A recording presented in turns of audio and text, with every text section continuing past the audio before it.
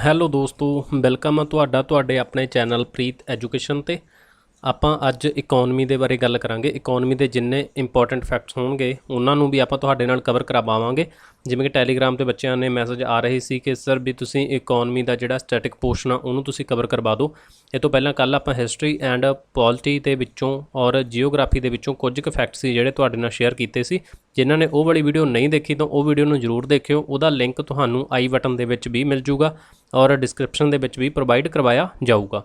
ਤਾਂ ਜਿਹੜੇ ਬੱਚਿਆਂ ਨੂੰ PDF ਵਗੈਰਾ ਚਾਹੀਦਾ ਬੱਚੇ, ਉਹ ਤਾਂ ਸਾਡਾ ਟੈਲੀਗ੍ਰਾਮ ਚੈਨਲ ਨੂੰ ਜੁਆਇਨ ਕਰ ਸਕਦੇ ਆ। ਉਹਦਾ ਲਿੰਕ ਤੁਹਾਨੂੰ ਇੱਥੇ ਵੀ ਪ੍ਰੋਵਾਈਡ ਕਰਵਾਇਆ ਗਿਆ ਔਰ ਤੁਹਾਨੂੰ ਉਹਦਾ ਲਿੰਕ ਆ ਜਿਹੜਾ ਡਿਸਕ੍ਰਿਪਸ਼ਨ ਦੇ ਵਿੱਚ ਹਰ ਵੀਡੀਓ ਆ, ਕੋਈ ਵੀ ਵੀਡੀਓ ਦੇਖੋਗੇ ਤੁਸੀਂ ਹਰ ਵੀਡੀਓ ਦੇ ਵਿੱਚ ਤੁਹਾਨੂੰ ਇਹਦਾ ਲਿੰਕ ਆ ਜਿਹੜਾ ਪ੍ਰੋਵਾਈਡ ਕਰਵਾਇਆ ਜਾਊਗਾ। ਤੇ ਜਿਹੜੇ ਬੱਚੇ ਚੈਨਲ ਤੇ ਨਵੇਂ ਆ ਬੱਚੇ ਚੈਨਲ ਨੂੰ ਸਬਸਕ੍ਰਾਈਬ ਕਰ ਲਓ, ਨਾਲ ਹੀ ਬੈਲ ਨੋਟੀਫਿਕੇਸ਼ਨ ਔਨ ਕਰ ਲਿਓ। ਤਾਂ ਦੇਖੋ ਅੱਜ ਆਪਾਂ ਕਰੰਟ ਤੋਂ ਸਟਾਰਟ ਕਰਦੇ ਹਾਂ। ਦੇਖੋ ਇੱਕ Chennai and Kanya Kumari industrial corridor ਸੀਗਾ ਜਿਹੜਾ ਨਿਊਜ਼ ਦੇ ਵਿੱਚ ਰਿਹਾ ਸੀਗਾ। ਚੇਨਈ ਕੰਨਿਆ ਕੁਮਾਰੀ ਇੰਡਸਟਰੀਅਲ ਕੋਰੀਡੋਰ, ਠੀਕ ਆ। ਇਹ ਨਿਊਜ਼ ਦੇ ਵਿੱਚ ਰਿਹਾ ਸੀਗਾ। ਹੁਣ ਇਹਦੀ ਆਪਾਂ ਗੱਲ ਕਰੀਏ ਵੀ ਕਿੱਥੇ ਆ, ਮਤਲਬ ਕਿ ਇਹ ਤਾਮਿਲਨਾਡੂ ਦੇ ਵਿੱਚ ਆ ਬੇਸਿਕਲੀ। ਔਰ ਇਹ ਕਿਹਦੇ ਦੁਆਰਾ ਬਣਾਇਆ ਜਾ ਰਿਹਾ ADB, ਇਹਦੇ ਬਾਰੇ ਬੱਚੇ ਮੈਂ ਤੁਹਾਨੂੰ ਪਹਿਲਾਂ ਆਲਰੇਡੀ ਕਰਵਾ ਚੁੱਕਿਆ। Asian development bank plus government of India, ਇਹਨਾਂ ਦੋਨਾਂ ਦੇ ਦੁਆਰਾ ਕੀਤਾ ਗਿਆ। ਡੀਲ ਹੋਈ ਵੀ ਇਹਦੇ 'ਚ $484 ਮਿਲੀਅਨ ਦਾ ਲੋਨ ਆ ਜਿਹੜਾ, ਠੀਕ ਆ। ਔਰ ਇਹ ਜਿਹੜਾ ਬਣ ਰਿਹਾ ਇਹ ਭਾਗ ਕਿਹਦਾ ਹੈਗਾ, ਇਹ ਪਾਰਟ ਹੈਗਾ ਪਾਰਟ ਆਫ ਈਸਟ ਕੋਸਟ। ਕਿਹੜੀ ਸਾਈਡ 'ਤੇ ਆ, ਜਿਵੇਂ ਕਿ ਨੀਚੇ ਤੁਸੀਂ ਦੇਖੋਗੇ, ਠੀਕ ਆ। ਆਪਣਾ ਇੰਡੀਆ ਐਸ ਲੋਟ ਆ ਬੱਚੇ, ਤਾਂ ਆਹ ਵਾਲੀ ਸਾਈਡ 'ਤੇ ਜਿਹੜੇ ਆਹ ਵਾਲਾ ਇੱਧਰ ਬਣਦੇ ਆ ਇਹਨੂੰ ਕਹਿੰਦੇ ਈਸਟ ਵਾਲਾ ਸਾਈਡ। ਈਸਟਰਨ ਘਾਟ ਵੀ ਆਪਣੇ ਇੱਧਰ ਆ ਅਤੇ ਇੱਧਰ ਆਪਣੇ ਹੈਗਾ ਗਾ ਵੈਸਟਰਨ ਘਾਟ। ਇੱਥੇ ਜਿੱਥੇ ਮਿਲਦਾ ਤਾਂ ਇੱਥੇ ਮੀਟ ਕਰਦੀਆਂ ਨੀਲਗਿਰੀ ਦੀਆਂ ਪਹਾੜੀਆਂ। ਸੋ ਇਹ ਆਹ ਵਾਲਾ ਇੱਧਰਲੀ ਸਾਈਡ 'ਤੇ ਆ, ਠੀਕ ਆ, ਰਾਈਟ ਸਾਈਡ 'ਤੇ, ਜਿੱਧਰ ਆਪਣਾ BOB ਜਾਣੀ ਕਿ ਬੇ ਆਫ ਬੰਗਾਲ ਆ। ਈਸਟ ਕੋਸਟ ਇਕਨੋਮਿਕ ਕੋਰੀਡੋਰ ਦਾ ਜਿਹੜਾ ਵੈਸਟ ਬੰਗਾਲ ਤੋਂ ਤਾਮਿਲਨਾਡੂ ਤੱਕ ਚੱਲਦਾ, ਠੀਕ ਆ। ਈਸਟ ਕੋਸਟ ਇਕਨੋਮਿਕ ਕੋਰੀਡੋਰ ਇਹ ਕਿੱਥੋਂ ਆ, ਵੈਸਟ ਬੰਗਾਲ ਜਾਣੀ ਕਿ ਪੱਛਮੀ ਬੰਗਾਲ ਤੋਂ ਲੈ ਕੇ ਤਾਮਿਲਨਾਡੂ ਤੱਕ ਆਉਂਦਾ। ਅਤੇ ਇਹਦਾ ਇਹ ਪਾਰਟ ਆ ਚੇਨਈ ਕੰਨਿਆ ਕੁਮਾਰੀ ਇੰਡਸਟਰੀਅਲ ਕੋਰੀਡੋਰ। ਤਾਂ ਬੱਚੇ ਇਹ ਤੁਹਾਨੂੰ ਕਲੀਅਰ ਆ। ਇਸ ਤੋਂ ਬਾਅਦ ਦੇਖੋ ਨਿਊਜ਼ ਦੇ ਵਿੱਚ ਆਇਆ ਭੀਮ UPI। ਦੇਖੋ ਬੱਚੇ ਹੁਣ ਇਹ ਨਿਊਜ਼ ਦੇ ਵਿੱਚ ਕਿਵੇਂ ਰਿਹਾ ਸੀਗਾ, ਵੈਸੇ ਜੁਲਾਈ ਦੀ ਨਿਊਜ਼ ਆ 2021 ਦੀ। ਹੁਣ ਇਹਦੇ 'ਚ ਇਹ ਕਿਉਂ ਨਿਊਜ਼ ਦੇ ਵਿੱਚ ਰਿਹਾ ਸੀ, ਕਿਉਂਕਿ ਸਿੰਗਾਪੁਰ ਤੋਂ ਬਾਅਦ ਇੱਕ ਕੰਟਰੀ ਭੂਟਾਨ ਨੇ ਵੀ ਇਹਨੂੰ ਕੀ ਕਰ ਲਿਆ, ਠੀਕ ਆ। ਪਹਿਲਾਂ ਕਿਹਨੇ ਕੀਤਾ ਸੀਗਾ, ਸਿੰਗਾਪੁਰ ਨੇ। ਬਟ ਹੁਣ ਜਿਹੜਾ ਨਿਊਜ਼ ਦੇ ਵਿੱਚ ਰਿਹਾ ਸੀ ਉਹ ਕਿਹਦੇ ਕਰਕੇ ਰਿਹਾ ਸੀ, ਇਹ ਨਿਊਜ਼ ਦੇ ਵਿੱਚ ਰਿਹਾ ਸੀ ਭੂਟਾਨ ਕਰਕੇ। ਤਾਂ ਹੁਣ ਇਹਨੂੰ ਭੂਟਾਨ ਨੇ ਵੀ ਅਡੋਪਟ ਕਰ ਲਿਆ। ਤਾਂ ਹੁਣ ਜੇ ਭੂਟਾਨ ਨੇ ਅਡੋਪਟ ਕੀਤਾ ਤਾਂ ਇਹ ਕੋਈ ਵੱਖਰੀ ਗੱਲ ਆਪਾਂ ਕਹੀਏ ਯੈਸ, ਕਿਉਂਕਿ ਭੂਟਾਨ ਫਸਟ ਦੇਸ਼ ਬਣਿਆ, ਮਤਲਬ ਕਿ ਫਸਟ ਕੰਟਰੀ ਭੂਟਾਨ ਬਣ ਗਿਆ ਜਿਹਨੇ ਜਿਹੜਾ ਕਿ ਆਪਣਾ ਪਹਿਲਾਂ ਕਰਿਆ ਵਾ ਸੀ ਰੂਪੇ ਐਂਡ ਹੁਣ ਭੀਮ। ਰੂਪੇ ਐਂਡ ਭੀਮ ਦੋਨਾਂ ਨੂੰ ਅਡੋਪਟ ਕੀਤਾ, ਠੀਕ ਆ। ਅਤੇ ਜਿਹੜਾ ਰੂਪੇ ਸੀ ਇਹ ਕਿੱਥੇ ਕਿੱਥੇ ਚੱਲਦਾ ਬੱਚੇ, ਦੇਖੋ ਇੱਕ ਤਾਂ ਹੁਣ ਤੁਹਾਨੂੰ ਪਤਾ ਲੱਗ ਗਿਆ ਵੀ ਇਹ ਚੱਲਦਾ ਭੂਟਾਨ ਦੇ ਵਿੱਚ, ਕਿਉਂਕਿ ਭੂਟਾਨ ਨੇ ਇਹਨੂੰ ਪਹਿਲਾਂ ਅਡੋਪਟ ਕੀਤਾ ਹੋਇਆ ਸੀ। ਤਾਂ ਇਹ ਸਿੰਗਾਪੁਰ ਨੇ ਵੀ ਅਡੋਪਟ ਕੀਤਾ ਹੋਇਆ। ਸਿੰਗਾਪੁਰ ਤੋਂ ਬਾਅਦ ਇਹ UAE ਨੇ ਵੀ ਕੀਤਾ ਹੋਇਆ। ਔਰ ਇਸ ਤੋਂ ਬਾਅਦ ਇੱਕ ਕੰਟਰੀ ਆ ਬੱਚੇ ਬਹਿਰੀਨ, ਇਹਨੇ ਵੀ ਕੀਤਾ ਹੋਇਆ। ਇੱਕ ਕੰਟਰੀ ਹੋਰ ਆ, ਠੀਕ ਆ, ਉਹ ਤੁਸੀਂ ਕਮੈਂਟ ਕਰਕੇ ਦੱਸਣੀ ਆ ਵੀ ਇੱਕ ਹੋਰ ਕਿਹੜੀ ਕੰਟਰੀ ਆ ਵੀ ਜਿੱਥੇ ਜਿਹੜਾ ਰੂਪੇ ਸਿਸਟਮ ਆ ਉਹ ਚੱਲਦਾ। ਤਾਂ ਹੁਣ ਭੂਟਾਨ ਦੀ ਗੱਲ ਕਰੀਏ, ਭੂਟਾਨ ਦੀ ਕੈਪੀਟਲ ਹੈਗੀ ਆ ਬੱਚੇ ਥਿੰਪੂ। ਤਾਂ ਹੁਣ ਜਿਹੜਾ ਭੀਮ UPI ਆ ਇਹ ਡਿਵੈਲਪ ਕਿਹਦੇ ਦੁਆਰਾ ਕੀਤਾ ਗਿਆ, ਭੀਮ UPI ਇਹ ਡਿਵੈਲਪ ਕੀਤਾ ਗਿਆ ਸੀ NPCI। ਮੈਂ ਸਾਰਾ ਨਹੀਂ ਲਿਖਦਾ, ਵੈਸੇ ਇਹ ਤਾਂ ਤੁਹਾਨੂੰ ਆਉਣਾ ਵੀ ਨਹੀਂ, ਬਟ ਤੁਸੀਂ ਫਿਰ ਵੀ ਇੱਕ ਵਾਰ ਦੇਖ ਲਓ। National payment corporation of India, ਤਾਂ ਇਹਦੇ ਦੁਆਰਾ ਸੀਗਾ ਜਿਹੜਾ ਇਹ ਡਿਵੈਲਪ ਕੀਤਾ ਗਿਆ ਭੀਮ UPI। ਤਾਂ ਬੱਚੇ ਇਹ ਚੀਜ਼ ਤੁਹਾਨੂੰ ਆਈ ਥਿੰਕ ਕਲੀਅਰ ਹੋਊਗੀ। ਤਾਂ ਬੱਚੇ ਦੇਖੋ ਅਗਰ ਵੀਡੀਓ ਤੁਹਾਨੂੰ ਚੰਗੀ ਲੱਗ ਰਹੀ ਹੈ ਦੈਨ ਵੀਡੀਓ ਨੂੰ ਚੱਲਦੇ ਦੌਰਾਨ ਲਾਈਕ ਜ਼ਰੂਰ ਕਰਿਓ ਔਰ ਆਪਣੇ ਦੋਸਤਾਂ ਮਿੱਤਰਾਂ ਦੇ ਨਾਲ ਸ਼ੇਅਰ ਕਰਿਓ। ਜਿਹੜੇ ਚੈਨਲ 'ਤੇ ਨਵੇਂ ਆ ਚੈਨਲ ਨੂੰ ਸਬਸਕ੍ਰਾਈਬ ਜ਼ਰੂਰ ਕਰ ਲਿਓ। ਦੇਖੋ ਬੱਚੇ ਇੱਕ ਆਪਣੇ ਨਿਊਜ਼ ਦੇ ਵਿੱਚ ਰਿਹਾ ਸੀ ਐਂਟੀ ਡੰਪਿੰਗ ਡਿਊਟੀ। ਇਹ ਮੈਂ ਵੈਸੇ ਤੁਹਾਨੂੰ ਕੱਲ੍ਹ ਵਾਲੀ ਵੀਡੀਓ ਦੇ ਵਿੱਚ ਕਰਵਾ ਵੀ ਦਿੱਤਾ ਸੀ ਆਈ ਥਿੰਕ, ਪਰ ਫਿਰ ਵੀ ਐਂਟੀ ਡੰਪਿੰਗ ਡਿਊਟੀ ਕੀ ਹੁੰਦਾ, ਕਿਉਂਕਿ ਭਾਰਤ ਨੇ 5 ਚੀਨੀ ਪ੍ਰੋਡਕਟਸ ਦੇ ਉੱਤੇ ਇਹ ਵਾਲਾ ਜਿਹੜਾ ਲਾਈ ਸੀ ਐਂਟੀ ਡੰਪਿੰਗ ਡਿਊਟੀ। ਠੀਕ ਹੈ, 5 ਸਾਲ ਦੇ ਲਈ ਆਪਣੀਆਂ ਇੱਥੇ ਇੰਡਸਟਰੀਆਂ ਬਚਾਉਣ ਦੇ ਲਈ ਭਾਰਤ ਵੱਲੋਂ ਇਹ ਸਟੈਪ ਸੀਗਾ ਜਿਹੜਾ ਲਿਆ ਗਿਆ ਸੀ, ਕਿਹਦੇ ਅਗੇਂਸਟ, ਚਾਈਨਾ ਦੇ ਖਿਲਾਫ। ਐਂਟੀ ਡੰਪਿੰਗ ਡਿਊਟੀ ਇਹ ਕਿਹਦੇ ਦੁਆਰਾ ਇੰਪੋਜ਼ ਕੀਤੀ ਜਾਂਦੀ ਆ, ਠੀਕ ਆ, ਤਾਂ ਇਹ ਕਿਹਦੇ ਲਾਈ ਆ, CBIC। ਮੈਂ ਤੁਹਾਨੂੰ ਬੱਚੇ ਜ਼ਿਆਦਾ ਬਜਟ ਵਾਲਾ ਸਿਸਟਮ ਕਰਵਾ ਰਿਹਾ ਸੀ, ਮੈਂ ਤੁਹਾਨੂੰ ਉਹਦੇ 'ਚ ਕਰਵਾਇਆ ਸੀ ਇਹ ਵਾਲਾ system, centre board of indirect tax and custom. ਤਾਂ ਇਹਦੇ ਵੱਲੋਂ ਇੰਪੋਜ਼ ਕੀਤੀ ਜਾਂਦੀ ਹੈ ਐਂਟੀ ਡੰਪਿੰਗ ਡਿਊਟੀ। ਤਾਂ ਇਹ ਜਿਹੜੀ ਮਿਨਿਸਟਰੀ ਆਫ ਆਪਣੀ ਮਿਨਿਸਟਰੀ ਆਫ ਕਮਰਸ ਆ ਨਾ, ਇਹਦਾ ਇੱਕ ਇਨਵੈਸਟੀਗੇਸ਼ਨ ਏਜੰਸੀ ਹੁੰਦੀ ਹੈ, ਇਹਦੀ ਇੱਕ ਇਨਵੈਸਟੀਗੇਸ਼ਨ ਏਜੰਸੀ ਆ ਜਿਹੜੀ ਕਿ ਮਤਲਬ ਮੈਂ ਚਲੋ ਸ਼ਾਰਟ ਫਾਰਮ ਲਿਖ ਦੇਣਾ, DGTR, directorate general of trade remedies. ਤਾਂ ਇਹਨੇ ਰਿਕਮੈਂਡ ਕੀਤਾ ਸੀਗਾ ਵੀ ਇਹ ਵਾਲੀਆਂ 5 ਚੀਨੀ ਚੀਜ਼ਾਂ ਨੇ, ਪ੍ਰੋਡਕਟਸ ਨੇ, ਇਹਨਾਂ ਦੇ ਉੱਤੇ ਐਂਟੀ ਡੰਪਿੰਗ ਡਿਊਟੀ ਲੱਗਣੀ ਚਾਹੀਦੀ ਆ। ਹੁਣ ਐਂਟੀ ਡੰਪਿੰਗ ਡਿਊਟੀ ਕੀ ਹੁੰਦਾ, ਜਿਵੇਂ ਕਿ ਕੋਈ ਚੀਜ਼ ਆ ਉਹ ਆਪਦੇ ਦੇਸ਼ ਦੇ ਵਿੱਚ ਈਵਨ ਚਾਹੇ ਉਹਨਾਂ ਨੂੰ ਘਾਟਾ ਪਈ ਜਾਂਦਾ, ਪਰ ਦੂਸਰੇ ਦੇਸ਼ ਦੀ ਮਾਰਕੀਟ ਨੂੰ ਕਵਰ ਕਰਨ ਦੇ ਲਈ ਜਾਂ ਉੱਥੋਂ ਦੀਆਂ ਇੰਡਸਟਰੀ ਵਗੈਰਾ ਨੂੰ ਲੋਸ ਕਰਨ ਦੇ ਲਈ ਤਾਂ ਇਹ ਵਾਲੀ ਆ ਜਿਹੜੀ ਤਰੀਕਾ ਇਹ ਫੋਲੋ ਕੀਤਾ ਜਾਂਦਾ। ਤਾਂ ਇਹਨੂੰ ਕਹਿੰਦੇ ਆ ਦੂਸਰੇ ਦੀ ਮਾਰਕੀਟ ਦੇ ਵਿੱਚ ਡੰਪਿੰਗ ਕਰਨਾ। ਜਦੋਂ ਫਿਰ ਉਹ ਸਰਕਾਰ ਜਿਹੜੇ ਦੇਸ਼ ਦੇ ਵਿੱਚ ਇਹ ਕੀਤਾ ਜਾ ਰਿਹਾ ਹੁੰਦਾ, ਜਦੋਂ ਉਹਨਾਂ ਦੇ ਦੁਆਰਾ ਇਹ ਚੀਜ਼ ਰੋਕੀ ਜਾਂਦੀ ਆ, ਸੋ ਫਿਰ ਇਹਨੂੰ ਕੀ ਕਿਹਾ ਜਾਂਦਾ, ਐਂਟੀ ਡੰਪਿੰਗ ਡਿਊਟੀ।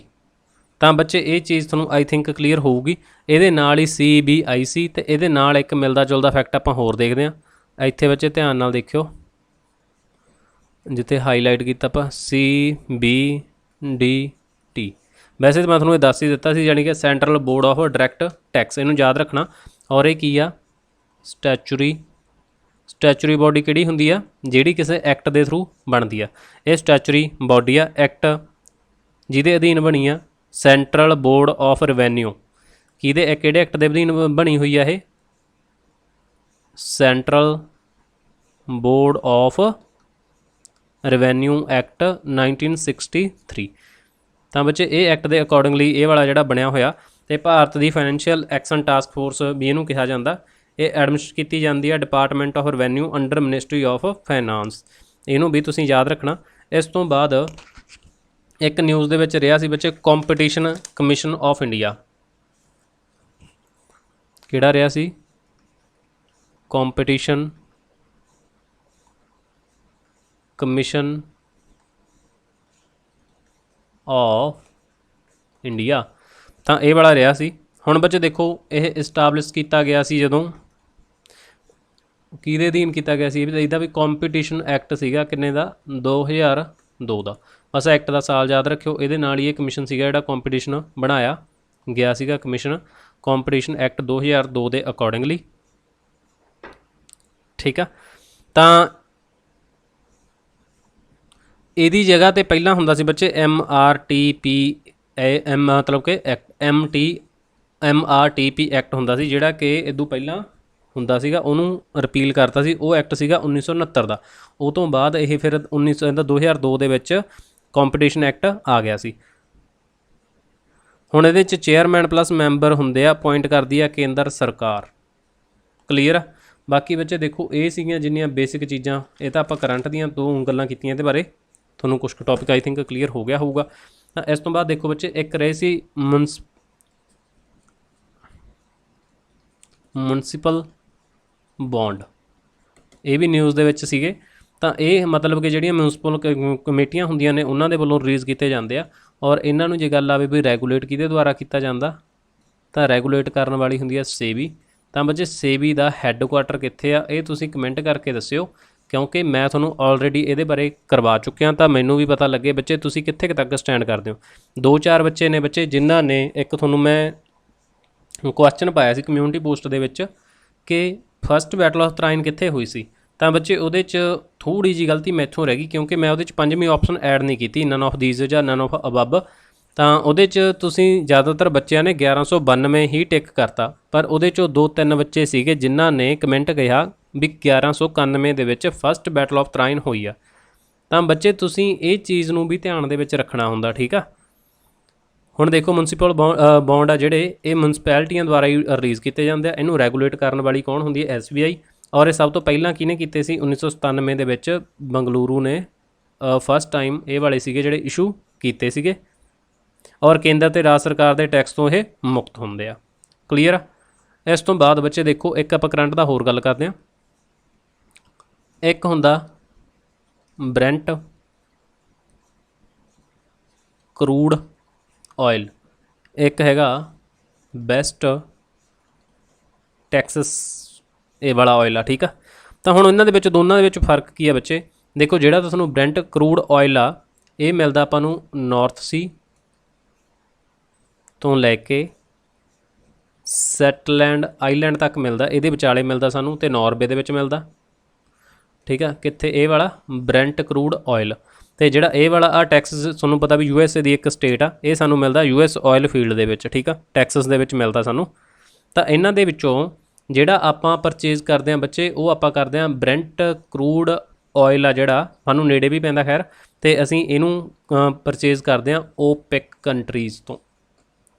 ਓਕੇ।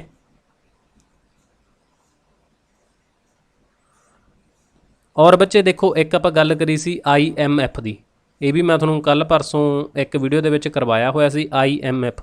ਤਾਂ ਇਹਦੇ 'ਚ ਇੱਕ ਹੁੰਦੀ ਆ international monetary and financial committee. International monetary and financial committee, ਆਹ ਵਾਲੀ ਇਹਦੇ 'ਚ ਕਮੇਟੀ ਹੁੰਦੀ ਆ। ਤਾਂ ਇਹਦੇ ਇੱਕ ਮਿਨਿਸਟਰੀਅਲ ਕਮੇਟੀ ਹੁੰਦੀ ਹੈ ਇਹਦੀ, ਇਹ ਸਾਲ ਦੇ ਵਿੱਚ ਟਵਾਈਸ ਮੀਟਿੰਗ ਹੁੰਦੀ ਹੈ ਇਹਦੀ। ਠੀਕ ਆ। ਤਾਂ ਇਹਦੇ 'ਚ 24 ਮੈਂਬਰ ਹੁੰਦੇ ਆ, ਚੁਣੇ ਜਾਂਦੇ ਆ ਜਿਹੜੇ 189 ਇਹਦੇ ਗਵਰਨਰ ਜਾਂ ਫਿਰ ਰੀਪ੍ਰਜੈਂਟੇਡ ਕੰਟਰੀਜ਼ ਹੁੰਦੀਆਂ ਨੇ ਉਹਨਾਂ ਦੇ ਵਿੱਚੋਂ ਇਹਦੇ ਮੈਂਬਰ ਚੁਣੇ ਜਾਂਦੇ ਆ। ਔਰ ਭਾਰਤ ਕਰੰਟਲੀ ਇਹਦੇ ਵਿੱਚ ਮੈਂਬਰ ਹੈਗਾ ਗਾ। ਬੱਚੇ ਇਹ ਨਾਲ ਆਪਣੇ ਕਰੰਟ ਦੇ ਨੇ ਜਿਹੜੇ, ਇਹਨਾਂ ਨੂੰ ਵੀ ਆਪਾਂ ਧਿਆਨ ਦੇ ਵਿੱਚ ਰੱਖਣਾ ਹੁੰਦਾ। ਚਲੋ ਹੁਣ ਆਪਾਂ ਸਟਾਰਟ ਕਰਦੇ ਹਾਂ ਬੈਲੈਂਸ ਆਫ ਪੇਮੈਂਟ ਤੋਂ। ਅੱਜ ਜਿਹੜਾ ਆਪਣਾ ਹੁਣ ਇਕੋਨਮੀ ਦਾ ਸਟੈਟਿਕ ਪੋਰਸ਼ਨ ਆ, ਹੁਣ ਇਹ ਬੱਚੇ ਇੱਥੋਂ ਸਟਾਰਟ ਹੋ ਰਿਹਾ BOP, ਯਾਨੀ ਕਿ ਬੈਲੈਂਸ ਆਫ ਪੇਮੈਂਟ। ਬੱਚੇ ਦੇਖੋ ਜਿਹੜੇ ਚੈਨਲ 'ਤੇ ਨਵੇਂ ਆ, ਜਿਨ੍ਹਾਂ ਨੇ ਚੈਨਲ ਹਜੇ ਤੱਕ ਸਬਸਕ੍ਰਾਈਬ ਨਹੀਂ ਕੀਤਾ, ਦੈਨ ਪਲੀਜ਼ ਉਹ ਚੈਨਲ ਨੂੰ ਸਬਸਕ੍ਰਾਈਬ ਕਰ ਲਿਓ। ਜਿਹੜੇ ਵੀ ਤੁਹਾਡੇ ਅਪਕਮਿੰਗ ਐਗਜ਼ਾਮ ਹੋਣਗੇ ਬੱਚੇ, ਉਹਨਾਂ ਦੀ ਬਿਹਤਰੀਨ ਤਿਆਰੀ ਕਰਨ ਦੇ ਲਈ ਤੁਸੀਂ ਚੈਨਲ ਨੂੰ ਸਬਸਕ੍ਰਾਈਬ ਜ਼ਰੂਰ ਕਰਿਓ। ਔਰ ਨਾਲ ਹੀ ਆਪਣਾ ਟੈਲੀਗ੍ਰਾਮ ਚੈਨਲ ਆ ਜਿਹੜਾ, ਤੁਸੀਂ ਉਹਨੂੰ ਵੀ ਜੁਆਇਨ ਕਰਨਾ ਨਾ ਭੁੱਲਿਓ। ਓਕੇ। ਉਹਦੇ 'ਤੇ PDF ਵਗੈਰਾ ਜਾਂ MCQ ਨੇ ਜਿਹੜੇ ਤੁਹਾਡੇ ਨਾਲ ਸ਼ੇਅਰ ਕੀਤੇ ਜਾਂਦੇ ਆ ਬੱਚੇ, ਤੁਸੀਂ ਇੱਕ ਵਾਰ ਜਾ ਕੇ ਦੇਖ ਸਕਦੇ ਹੋ। ਪਹਿਲਾਂ ਜੁਆਇਨ ਨਾ ਕਰਿਓ, ਪਹਿਲਾਂ ਦੇਖ ਲਿਓ ਤੁਸੀਂ ਵੀ ਕੀਤੇ ਜਾਂਦੇ ਆ ਜਾਂ ਨਹੀਂ ਕੀਤੇ ਜਾਂਦੇ। ਬੈਲੈਂਸ ਆਫ ਪੇਮੈਂਟ ਦੀ ਗੱਲ ਕਰੀਏ ਬੱਚੇ, ਇਹ ਕਿਹਦੇ ਹੁੰਦਾ? Ministry of commerce and industry ਦੇ ਅਧੀਨ ਹੁੰਦਾ ਇਹ। Ministry of commerce and industry, ਆ ਤਾਂ ਰਹੀ ਇਹਦੀ ਬੇਸਿਕ ਜੀ ਗੱਲ। ਤਾਂ ਮਤਲਬ ਕਿ ਮੇਨ ਕੰਮ ਇਹਦਾ ਕੀ ਹੁੰਦਾ? ਇਹ ਤੋਂ ਸਾਨੂੰ ਇਹ ਪਤਾ ਲੱਗਦਾ ਵੀ ਕਿਸੇ ਕੰਟਰੀ ਦਾ ਜਿਹੜਾ ਟ੍ਰੇਡ ਆ ਉਹ ਸਰਪਲਸ ਆ ਜਾਂ ਫਿਰ ਡੈਫੀਸਿਟ ਦੇ ਵਿੱਚ ਜਾ ਰਿਹਾ। ਠੀਕ ਆ। ਇਹ ਸਾਨੂੰ ਕੀ ਕੰਮ ਕਰਦਾ? ਮਤਲਬ ਕਿ ਇਹ ਦੱਸਦਾ ਸਾਨੂੰ ਕਿ ਜਿਹੜਾ ਟ੍ਰੇਡ ਆ ਉਹ ਸਰਪਲਸ ਹੁੰਦਾ, ਮਤਲਬ ਕਿ ਫਾਇਦੇ 'ਚ ਆ, ਯਾਨੀ ਕਿ ਬਾਹਰਲੀਆਂ ਕੰਟਰੀਆਂ ਨੂੰ ਜਿਹੜਾ ਐਕਸਪੋਰਟ ਆ ਉਹ ਜ਼ਿਆਦਾ ਹੋ ਰਿਹਾ। ਔਰ ਜੇ ਡੈਫੀਸਿਟ ਆ ਤਾਂ ਇਹਦਾ ਮਤਲਬ ਇਹ ਹੁੰਦਾ ਵੀ ਜਿਹੜਾ ਤੁਹਾਡਾ ਮਤਲਬ ਕਿ ਘਾਟਾ ਪੈ ਰਿਹਾ ਔਰ ਤੁਸੀਂ ਇੰਪੋਰਟ ਆ ਜਿਹੜਾ ਉਹ ਵੱਧ ਕਰ ਰਹੇ ਹੋ, ਇੰਪੋਰਟ ਜ਼ਿਆਦਾ ਤੇ ਇੱਥੇ ਐਕਸਪੋਰਟ ਜ਼ਿਆਦਾ ਹੋ ਰਿਹਾ ਹੁੰਦਾ। ਡਨ। ਤਾਂ ਤੁਹਾਨੂੰ ਇਹਦਾ ਪਹਿਲਾਂ ਪਤਾ ਲੱਗ ਗਿਆ ਵੀ ਬੈਲੈਂਸ ਆਫ ਪੇਮੈਂਟ ਜਿਹੜਾ ਹੁੰਦਾ ਕੀ ਆ। ਹੁਣ ਦੇਖੋ ਬੱਚੇ, ਇੱਕ ਹੁੰਦਾ ਮਨੀ ਦਾ ਇਨਫਲੋ ਹੋਣਾ, ਮਨੀ ਇਨਫਲੋ, ਕਿਉਂਕਿ ਇਹ ਜਿਹੀਆਂ ਸਟੇਟਮੈਂਟ ਬਣਦੀਆਂ ਨੇ ਤੁਹਾਨੂੰ, ਮਨੀ ਇਨਫਲੋ ਔਰ ਮਨੀ ਆਊਟਫਲੋ। ਇਹਨੂੰ ਹੁਣ ਧਿਆਨ ਦੇ ਨਾਲ ਦੇਖਿਓ। ਦੇਖੋ ਬੱਚੇ, ਇੱਕ ਆਪਣੀ ਕੰਟਰੀ ਆ ਕੋਈ ਵੀ, ਆ ਠੀਕ ਆ, ਦੇਸ਼ ਆਪਣਾ ਮਤਲਬ ਕਿ ਭਾਰਤ ਦੇਸ਼ ਆ, ਤੇ ਇਸ ਤੋਂ ਬਾਅਦ ਆ ਸਾਰੇ ਪਾਸੇ ਪੂਰੀ ਦੁਨੀਆ ਗੀ। ਤਾਂ ਹੁਣ ਇਹ ਤਾਂ ਹੈ ਨਹੀਂ ਵੀ ਚੱਲ ਇੱਧਰ ਨੂੰ ਹੀ ਟਰੇਡ ਕਰਨਾ ਆਪਾਂ, ਮਤਲਬ ਕਿ ਸਾਰੇ ਪਾਸੇ ਕੰਟਰੀਜ਼ ਹੁੰਦੀਆਂ ਨੇ। ਸੋ ਇੱਧਰ ਮੰਨ ਲਓ ਤੁਹਾਨੂੰ ਫੋਰ ਐਗਜ਼ਾਮਪਲ ਆ ਮਤਲਬ ਕਿ ਪੂਰੀ ਦੁਨੀਆ ਗੀ, ਪੂਰਾ ਵਰਲਡ ਆ। ਇੱਕ ਮਿੰਟ ਬੱਚੇ, ਇਹਨੂੰ ਮੈਂ ਇੱਥੋਂ ਰੇਜ਼ ਕਰ ਲਾਂ ਥੋੜ੍ਹਾ ਜਿਹਾ। ਚਲੋ ਹੁਣ ਦੇਖੋ, ਇੱਕ ਤਾਂ ਇਹਦੇ ਤੋਂ ਚੀਜ਼ਾਂ ਇੱਧਰ ਆਉਣਗੀਆਂ, ਜਿਹੜਾ ਤਾਂ ਬੱਚੇ ਬਾਹਰਲੀ ਕੰਟਰੀਆਂ ਤੋਂ 1 ਸਾਲ ਦੇ ਬਿਟਵੀਨ ਦੇਖਿਆ ਜਾਂਦਾ ਹੁੰਦਾ, ਇਹ 1 ਸਾਲ ਦਾ ਹੁੰਦਾ। ਜਿਹੜਾ ਤਾਂ ਪੂਰੀ ਦੁਨੀਆ ਦੇ ਵਿੱਚੋਂ ਭਾਰਤ ਦੇ ਵਿੱਚ ਆ ਦੇਖੋ ਬੱਚੇ, ਆ ਇਨਕਮ ਹੋ ਰਹੀ ਆ, ਮਤਲਬ ਕਿ ਇੱਧਰ ਨੂੰ ਕੋਈ ਚੀਜ਼ ਆ ਰਹੀ ਆ। ਠੀਕ ਆ। ਜਿਹੜੀ ਆ ਰੈੱਡ ਲਾਈ ਆ ਮੈਂ ਇੱਧਰ ਨੂੰ, ਇਹ ਬਾਕੀ ਦੁਨੀਆ ਦੇ ਭਾਰਤ ਵੱਲ ਆ ਰਹੀ ਆ। ਇਹਨੂੰ ਕਿਹਾ ਜਾਂਦਾ ਮਨੀ ਦਾ ਇਨਫਲੋ ਹੋਣਾ, ਮਤਲਬ ਕਿ ਇਨਸਾਈਡ ਆ ਰਹੀ ਆ, ਤਾਂ ਇਹ ਹੋ ਰਿਹਾ ਮਨੀ ਦਾ ਇਨਫਲੋ ਹੋਣਾ। ਇਸ ਤੋਂ ਬਾਅਦ ਦੇਖੋ मैं इनू ग्रीन वैसे गलत साइन चूज़ कर लिया, ਆਪਾਂ ग्रीन इधर लाना सी। ਤਾਂ ਹੁਣ ਇਹ ਜਾ ਰਹੀ ਆ मतलब कि बाहर ਨੂੰ, ਤਾਂ ਇਹ ਹੈਗਾ ਆਊਟਫਲੋ। मतलब ਹੁੰਦਾ ਇਹ ਇੱਕ ਵਿੱਤੀ ਸਾਲ ਦੇ ਦੌਰਾਨ। ਤਾਂ ਇਹ ਚੀਜ਼ ਬੱਚੇ ਤੁਹਾਨੂੰ ਕਲੀਅਰ ਹੋਊਗੀ। ਓਕੇ,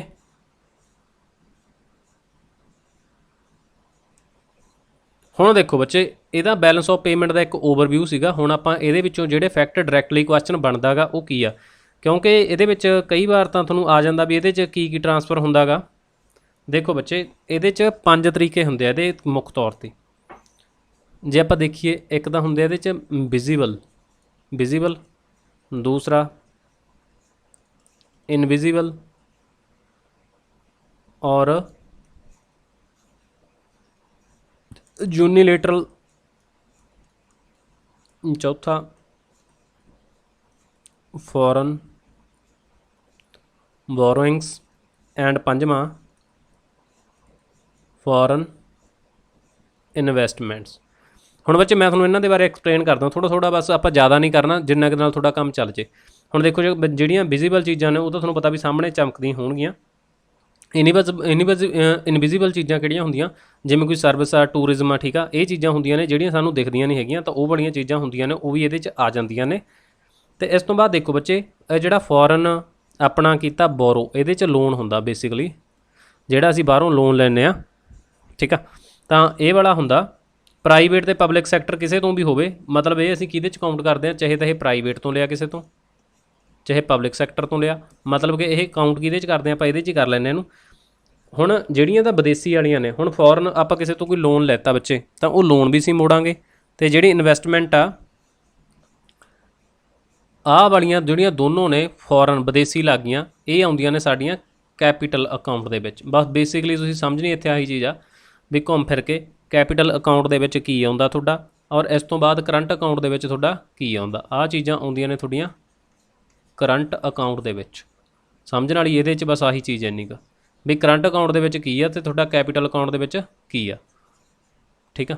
ਹੁਣ ਦੇਖੋ ਬੱਚੇ, ਜਿਹੜੀਆਂ ਚੀਜ਼ਾਂ ਸਿੱਧੀਆਂ ਪੈਸੇ ਨੂੰ ਵਧਾਉਣਗੀਆਂ ਉਹ ਤੁਹਾਡਾ ਆ ਕੇ ਕੈਪੀਟਲ ਅਕਾਊਂਟ ਦੇ ਵਿੱਚ ਜੁੜਨਗੀਆਂ। ਹੁਣ ਜਿਹੜਾ ਤੁਸੀਂ ਬੋਰੋ ਕੀਤੀਆਂ ਨੇ ਚੀਜ਼ਾਂ, ਪੈਸਾ, ਤਾਂ ਉਹ ਵੀ ਤੁਹਾਡਾ ਕੈਪੀਟਲ ਦੇ ਵਿੱਚ ਜੁੜ ਜੂਗਾ। ਜਿਹੜੀ ਬਾਹਰੋਂ ਇਨਵੈਸਟਮੈਂਟ ਆਈ ਆ ਉਹ ਵੀ ਤੁਹਾਡਾ ਆ ਕੇ ਪੈਸੇ ਦੇ ਵਿੱਚ ਹੀ ਜੁੜੂਗਾ। ਸੋ ਇਹ ਕੈਪੀਟਲ ਅਕਾਊਂਟ ਦੇ ਵਿੱਚ ਹੋ ਜਾਣਗੀਆਂ।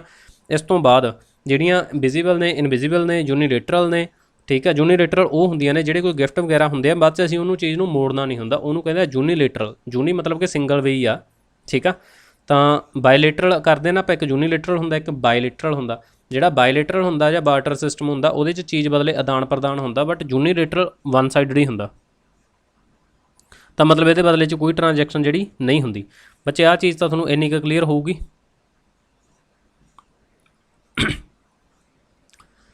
ਵਿਜ਼ੀਬਲ, ਇਨਵਿਜ਼ੀਬਲ, ਯੂਨੀਲੇਟਰਲ, ਇਹ ਤੀਜੇ 'ਚ ਕਰੰਟ ਅਕਾਊਂਟ ਦੇ ਵਿੱਚ। ਇਹਦੇ 'ਚੋਂ ਸਿੱਧਾ MCQ ਬਣਦਾ ਬੱਚੇ ਵੀ ਇਹਦੇ ਵਿੱਚੋਂ ਕਿਹੜਾ ਕਰੰਟ ਅਕਾਊਂਟ ਦੇ ਵਿੱਚ ਆਉਂਦਾ, ਕਿਹੜਾ ਕੈਪੀਟਲ ਅਕਾਊਂਟ ਦੇ ਵਿੱਚ ਆਉਂਦਾ, ਜਾਂ ਫਿਰ ਇਹਨਾਂ ਚਾਰ ਦੇ ਵਿੱਚੋਂ ਕਿਹੜਾ ਕੈਪੀਟਲ ਅਕਾਊਂਟ 'ਚ ਆਉਂਦਾ, ਕਿਹੜਾ ਨਹੀਂ ਆਉਂਦਾ। ਤਾਂ ਤੁਹਾਨੂੰ ਇਹ ਲਾਉਣ ਨੂੰ ਆ ਜਾਂਦੇ ਆ। ਸੋ ਇਹਨੂੰ ਤੁਸੀਂ ਧਿਆਨ ਦੇ ਨਾਲ, ਬਹੁਤ ਇੰਪੋਰਟੈਂਟ ਆ ਬੈਲੈਂਸ ਆਫ ਪੇਮੈਂਟ ਦੇ ਵਿੱਚ ਇਹ ਵਾਲਾ ਸਿਸਟਮ। ਹੁਣ ਆਪਾਂ ਕਿਹਾ ਸੀ ਵੀ ਇੱਕ ਹੁੰਦਾ ਕਰੰਟ ਅਕਾਊਂਟ। ਹੁਣ ਜਿਹੜਾ ਕਰੰਟ ਅਕਾਊਂਟ ਆ ਬੱਚੇ, ਇਹ ਦੋ ਤਰ੍ਹਾਂ ਦਾ ਹੁੰਦਾ। ਅੱਗੇ ਕਰੰਟ ਅਕਾਊਂਟ ਦੀਆਂ ਟਾਈਪਸ ਹੁੰਦੀਆਂ ਨੇ ਦੋ। ਇੱਕ ਦਾ ਹੁੰਦਾ ਬੈਂਕਿੰਗ ਸੈਕਟਰ, ਦਾ, ਔਰ ਦੂਸਰਾ ਹੁੰਦਾ ਐਕਸਟਰਨਲ ਸੈਕਟਰ ਦਾ, ਠੀਕ ਆ।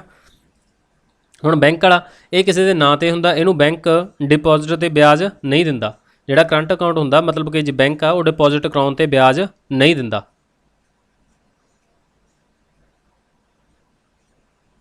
ਕਲੀਅਰ ਬਈ?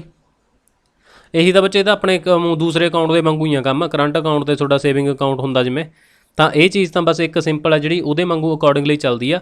ਤਾਂ ਆਹ ਤਾਂ ਤੁਹਾਨੂੰ ਇੰਨਾ ਬੈਲੈਂਸ ਆਫ ਪੇਮੈਂਟ ਦੇ ਬਾਰੇ ਕਲੀਅਰ ਹੋ ਗਿਆ ਹੋਊਗਾ। ਅਗਰ ਬੱਚੇ ਤੁਹਾਨੂੰ ਇੰਨੀ ਚੀਜ਼ ਕਲੀਅਰ ਹੁੰਦੀ ਚੱਲ ਰਹੀ ਆ, ਜਿਹਨੇ ਵੀਡੀਓ ਨੂੰ ਲਾਈਕ ਨਹੀਂ ਕੀਤਾ, ਦੈਨ ਉਹ ਚੱਲਦੇ ਦੌਰਾਨ ਵੀਡੀਓ ਨੂੰ ਲਾਈਕ ਜ਼ਰੂਰ ਕਰੋ। ਔਰ ਜਿਹੜੇ ਚੈਨਲ 'ਤੇ ਨਵੇਂ ਸਬਸਕ੍ਰਾਈਬ ਨਹੀਂ ਕੀਤਾ ਬੱਚੇ, ਦੇਖੋ ਆਪਾਂ ਇੰਨੇ ਤੁਹਾਡੇ ਲਈ ਐਫਰਟਸ ਕਰ ਰਹੇ ਹਾਂ ਫ੍ਰੀ ਆਫ ਕਾਸਟ, ਤਾਂ ਬੱਚੇ ਤੁਸੀਂ ਉਹਨੂੰ ਵੀ ਜ਼ਰੂਰ ਆਪਣਾ ਚੈਨਲ ਨੂੰ ਸਬਸਕ੍ਰਾਈਬ ਕਰੋ। ਹੁਣ ਦੇਖੋ ਬੱਚੇ, ਇਹਨਾਂ ਜਿਹੜਾ ਬੈਲੈਂਸ ਆਫ ਪੇਮੈਂਟ ਹੁੰਦਾ, ਮੈਂ ਤੁਹਾਨੂੰ ਕਿਹਾ ਵੀ ਐਨੂਅਲੀ ਹੁੰਦਾ, ਤਾਂ ਇਹਦਾ ਰਿਕਾਰਡ ਆ ਜਿਹੜਾ ਉਹ ਵੀ ਸਾਲ ਦਾ ਰੱਖਿਆ ਜਾਂਦਾ। ਹੁਣ ਜਿਹੜਾ ਕਰੰਟ ਅਕਾਊਂਟ ਆ, ਕਰੰਟ ਅਕਾਊਂਟ ਦੇ ਵਿੱਚ ਬੱਚੇ ਵਿਜ਼ੀਬਲ, ਇਨਵਿਜ਼ੀਬਲ ਐਂਡ ਯੂਨੀਲੇਟਰਲ, ਇਹ ਤਿੰਨੇ ਚੀਜ਼ਾਂ ਮੈਂ ਤੁਹਾਨੂੰ ਉੱਪਰ ਦੱਸ ਚੁੱਕਿਆ। ਔਰ ਕਰੰਟ ਅਕਾਊਂਟ ਆ ਜਿਹੜਾ ਇਹ ਨਾਰਮਲ ਆ, ਠੀਕ ਆ। ਤਾਂ ਨਾਰਮਲ ਆ, ਪੋਜ਼ਿਟਿਵ ਨੈਗੇਟਿਵ ਇਹ ਹੋ ਸਕਦਾ ਹੁੰਦਾ। ਦੋ ਦੇਸ਼ਾਂ ਦੇ ਵਿੱਚ ਗੁੱਡਸ ਸਰਵਿਸ ਦਾ ਇਨਫਲੋ ਤੇ ਆਊਟਫਲੋ ਦੇਖਦਾ। ਕੱਚਾ ਮਾਲ ਮੈਨੂਫੈਕਚਰ ਗੁੱਡਸ ਵਗੈਰਾ ਨੇ ਉਹ ਵੀ ਇਹਦੇ 'ਚ ਆ ਜਾਂਦੀਆਂ ਨੇ, ਕਿਹਦੇ 'ਚ, ਕਰੰਟ ਅਕਾਊਂਟ ਦੇ ਵਿੱਚ। ਕਲੀਅਰ ਆ। ਬਾਕੀ ਬੱਚੇ ਜਿਹੜੀਆਂ ਚੀਜ਼ਾਂ ਨੇ, ਜਿਹੜੀਆਂ ਵਿਜ਼ੀਬਲ ਚੀਜ਼ਾਂ ਨੇ, ਐਕਸਪੋਰਟ ਇੰਪੋਰਟ ਕਰਦੇ ਹਾਂ ਅਸੀਂ, ਠੀਕ ਆ, ਤਾਂ ਉਹ ਵੀ ਇਹਦੇ ਵਿੱਚ ਸ਼ਾਮਲ ਕੀਤੀਆਂ ਜਾਂਦੀਆਂ ਨੇ, ਕਿਹਦੇ ਵਿੱਚ, ਕਰੰਟ ਅਕਾਊਂਟ ਦੇ ਵਿੱਚ। ਤਾਂ ਕਰੰਟ ਅਕਾਊਂਟ ਆਈ ਥਿੰਕ ਹੁਣ ਤੁਹਾਨੂੰ ਬਿਲਕੁਲ ਕਲੀਅਰ ਹੋ ਗਿਆ ਹੋਊਗਾ ਬੱਚੇ। ਦੇਖੋ ਹਰ ਚੀਜ਼ ਮੈਂ ਤੁਹਾਨੂੰ ਲਿਖ ਕੇ ਨਹੀਂ ਸਮਝਾ ਸਕਦਾ ਇੱਥੇ, ਕਿਉਂਕਿ ਹੁਣ ਆਪਾਂ ਇਹ ਨਹੀਂ ਹੈਗਾ ਵੀ ਇਕੱਲਾ ਤੁਹਾਨੂੰ ਮੈਂ ਇਕੋਨਮੀ ਪੂਰੀ ਡਿਟੇਲ ਦੇ ਵਿੱਚ ਕਰਾ ਰਿਹਾ, ਮੈਂ ਤੁਹਾਨੂੰ ਇੱਕ ਓਵਰਵਿਊ ਦੇ ਰਿਹਾ ਵੀ ਤੁਹਾਡਾ ਕੋਈ ਪੁਆਇੰਟ ਇਹਦੇ 'ਚੋਂ ਰਹਿ ਨਾ ਜਾਵੇ। ਵੈਸੇ ਹੁਣ ਇਹਦੇ 'ਚ ਕੀ ਹੁੰਦਾ, ਕਿਸੇ ਨੇ ਆਪਣੇ ਦੇਸ਼ ਦੇ ਵਿੱਚ ਇਨਵੈਸਟਮੈਂਟ ਕੀਤੀ ਆ, ਕਿਸੇ ਤੋਂ ਅਸੀਂ ਬਾਹਰਲੇ ਵਿਦੇਸ਼ੀ ਪੈਸਾ ਬੋਰੋ ਕੀਤਾ ਗਾ, ਜਿਹੜਾ ਕਿ ਐਸੈਟਸ ਨੂੰ ਪ੍ਰਭਾਵਿਤ ਕਰਦਾ, ਇਹ ਵੀ ਪੋਜ਼ਿਟਿਵ ਨੈਗੇਟਿਵ ਹੋ ਸਕਦਾ। ਇਹਦੇ ਵਿੱਚ FDI FPI ਇਹ ਚੀਜ਼ਾਂ ਨੇ ਜਿਹੜੀਆਂ ਬੱਚੇ ਉਹ ਹੁੰਦੀਆਂ ਨੇ, ਠੀਕ ਆ। ਜਿਹਦਾ ਸਰਪਲਸ ਕਰੰਟ ਅਕਾਊਂਟ ਆ ਤਾਂ ਪੋਜ਼ਿਟਿਵ, ਜੇ ਡੈਫੀਸਿਟ ਆ ਤਾਂ ਉਹਨੂੰ ਨੈਗੇਟਿਵ ਕਹਿ ਦਿੰਦੇ ਆ। ਬਾਕੀ ਸਰਪਲਸ ਹੋਇਆ ਸੀ ਸਾਡਾ 2000 ਤੋਂ ਲੈ ਕੇ 2003 ਦੇ ਬਿਟਵੀਨ, ਇਹਦਾ ਇੱਕ ਫੈਕਟ ਆ ਸਿੱਧਾ ਸਿੱਧਾ।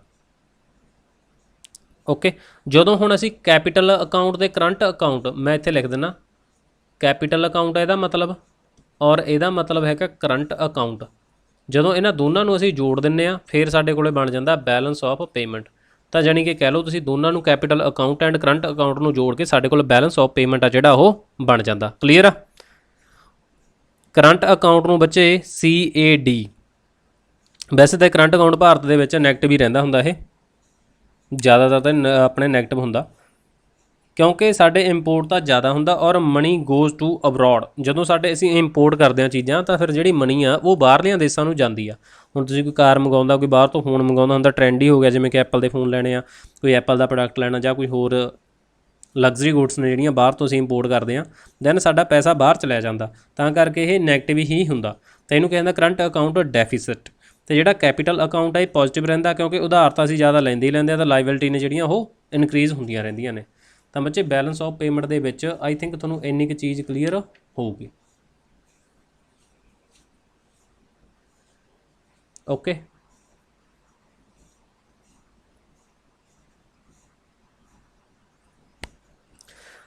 ਦੇਖੋ ਬੱਚੇ, ਇੱਕ ਹੁੰਦਾ BOT,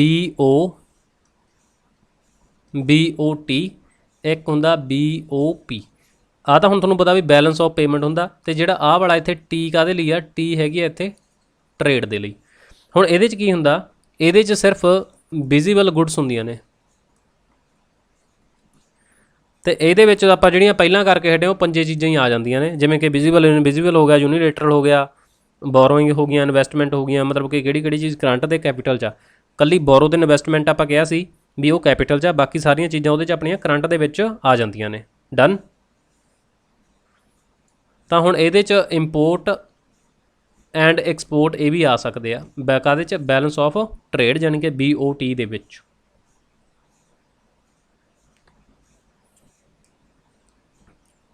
ਠੀਕ ਆ।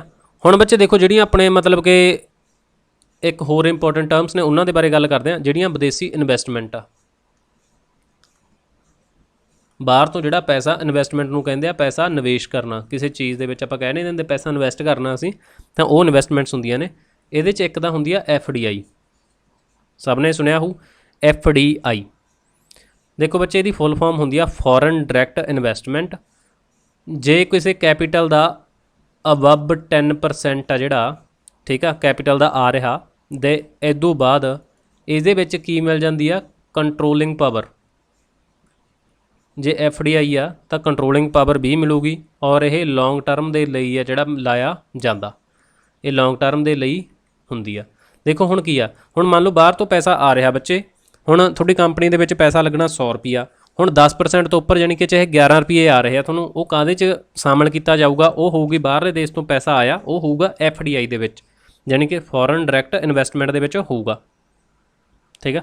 ਮਤਲਬ ਜਿਹੜੀ ਹੁਣ ਰਿਪੋਰਟ ਪਹਿਲਾਂ ਪਿੱਛੇ ਆਈ ਸੀ, ਸਭ ਤੋਂ ਬਾਅਦ ਸਾਊਦੀ ਅਰੇਬੀਆ, ਚਲੋ ਇੰਨਾ ਤਾਂ ਨਹੀਂ ਬੱਚੇ ਆਪਾਂ ਜਾਣਾ ਡੈਫਥ ਦੇ ਵਿੱਚ, ਬਸ ਤੁਸੀਂ FDI ਦਾ ਮਤਲਬ ਆ ਜਿਹੜਾ ਉਹ ਸਮਝ ਲਓ।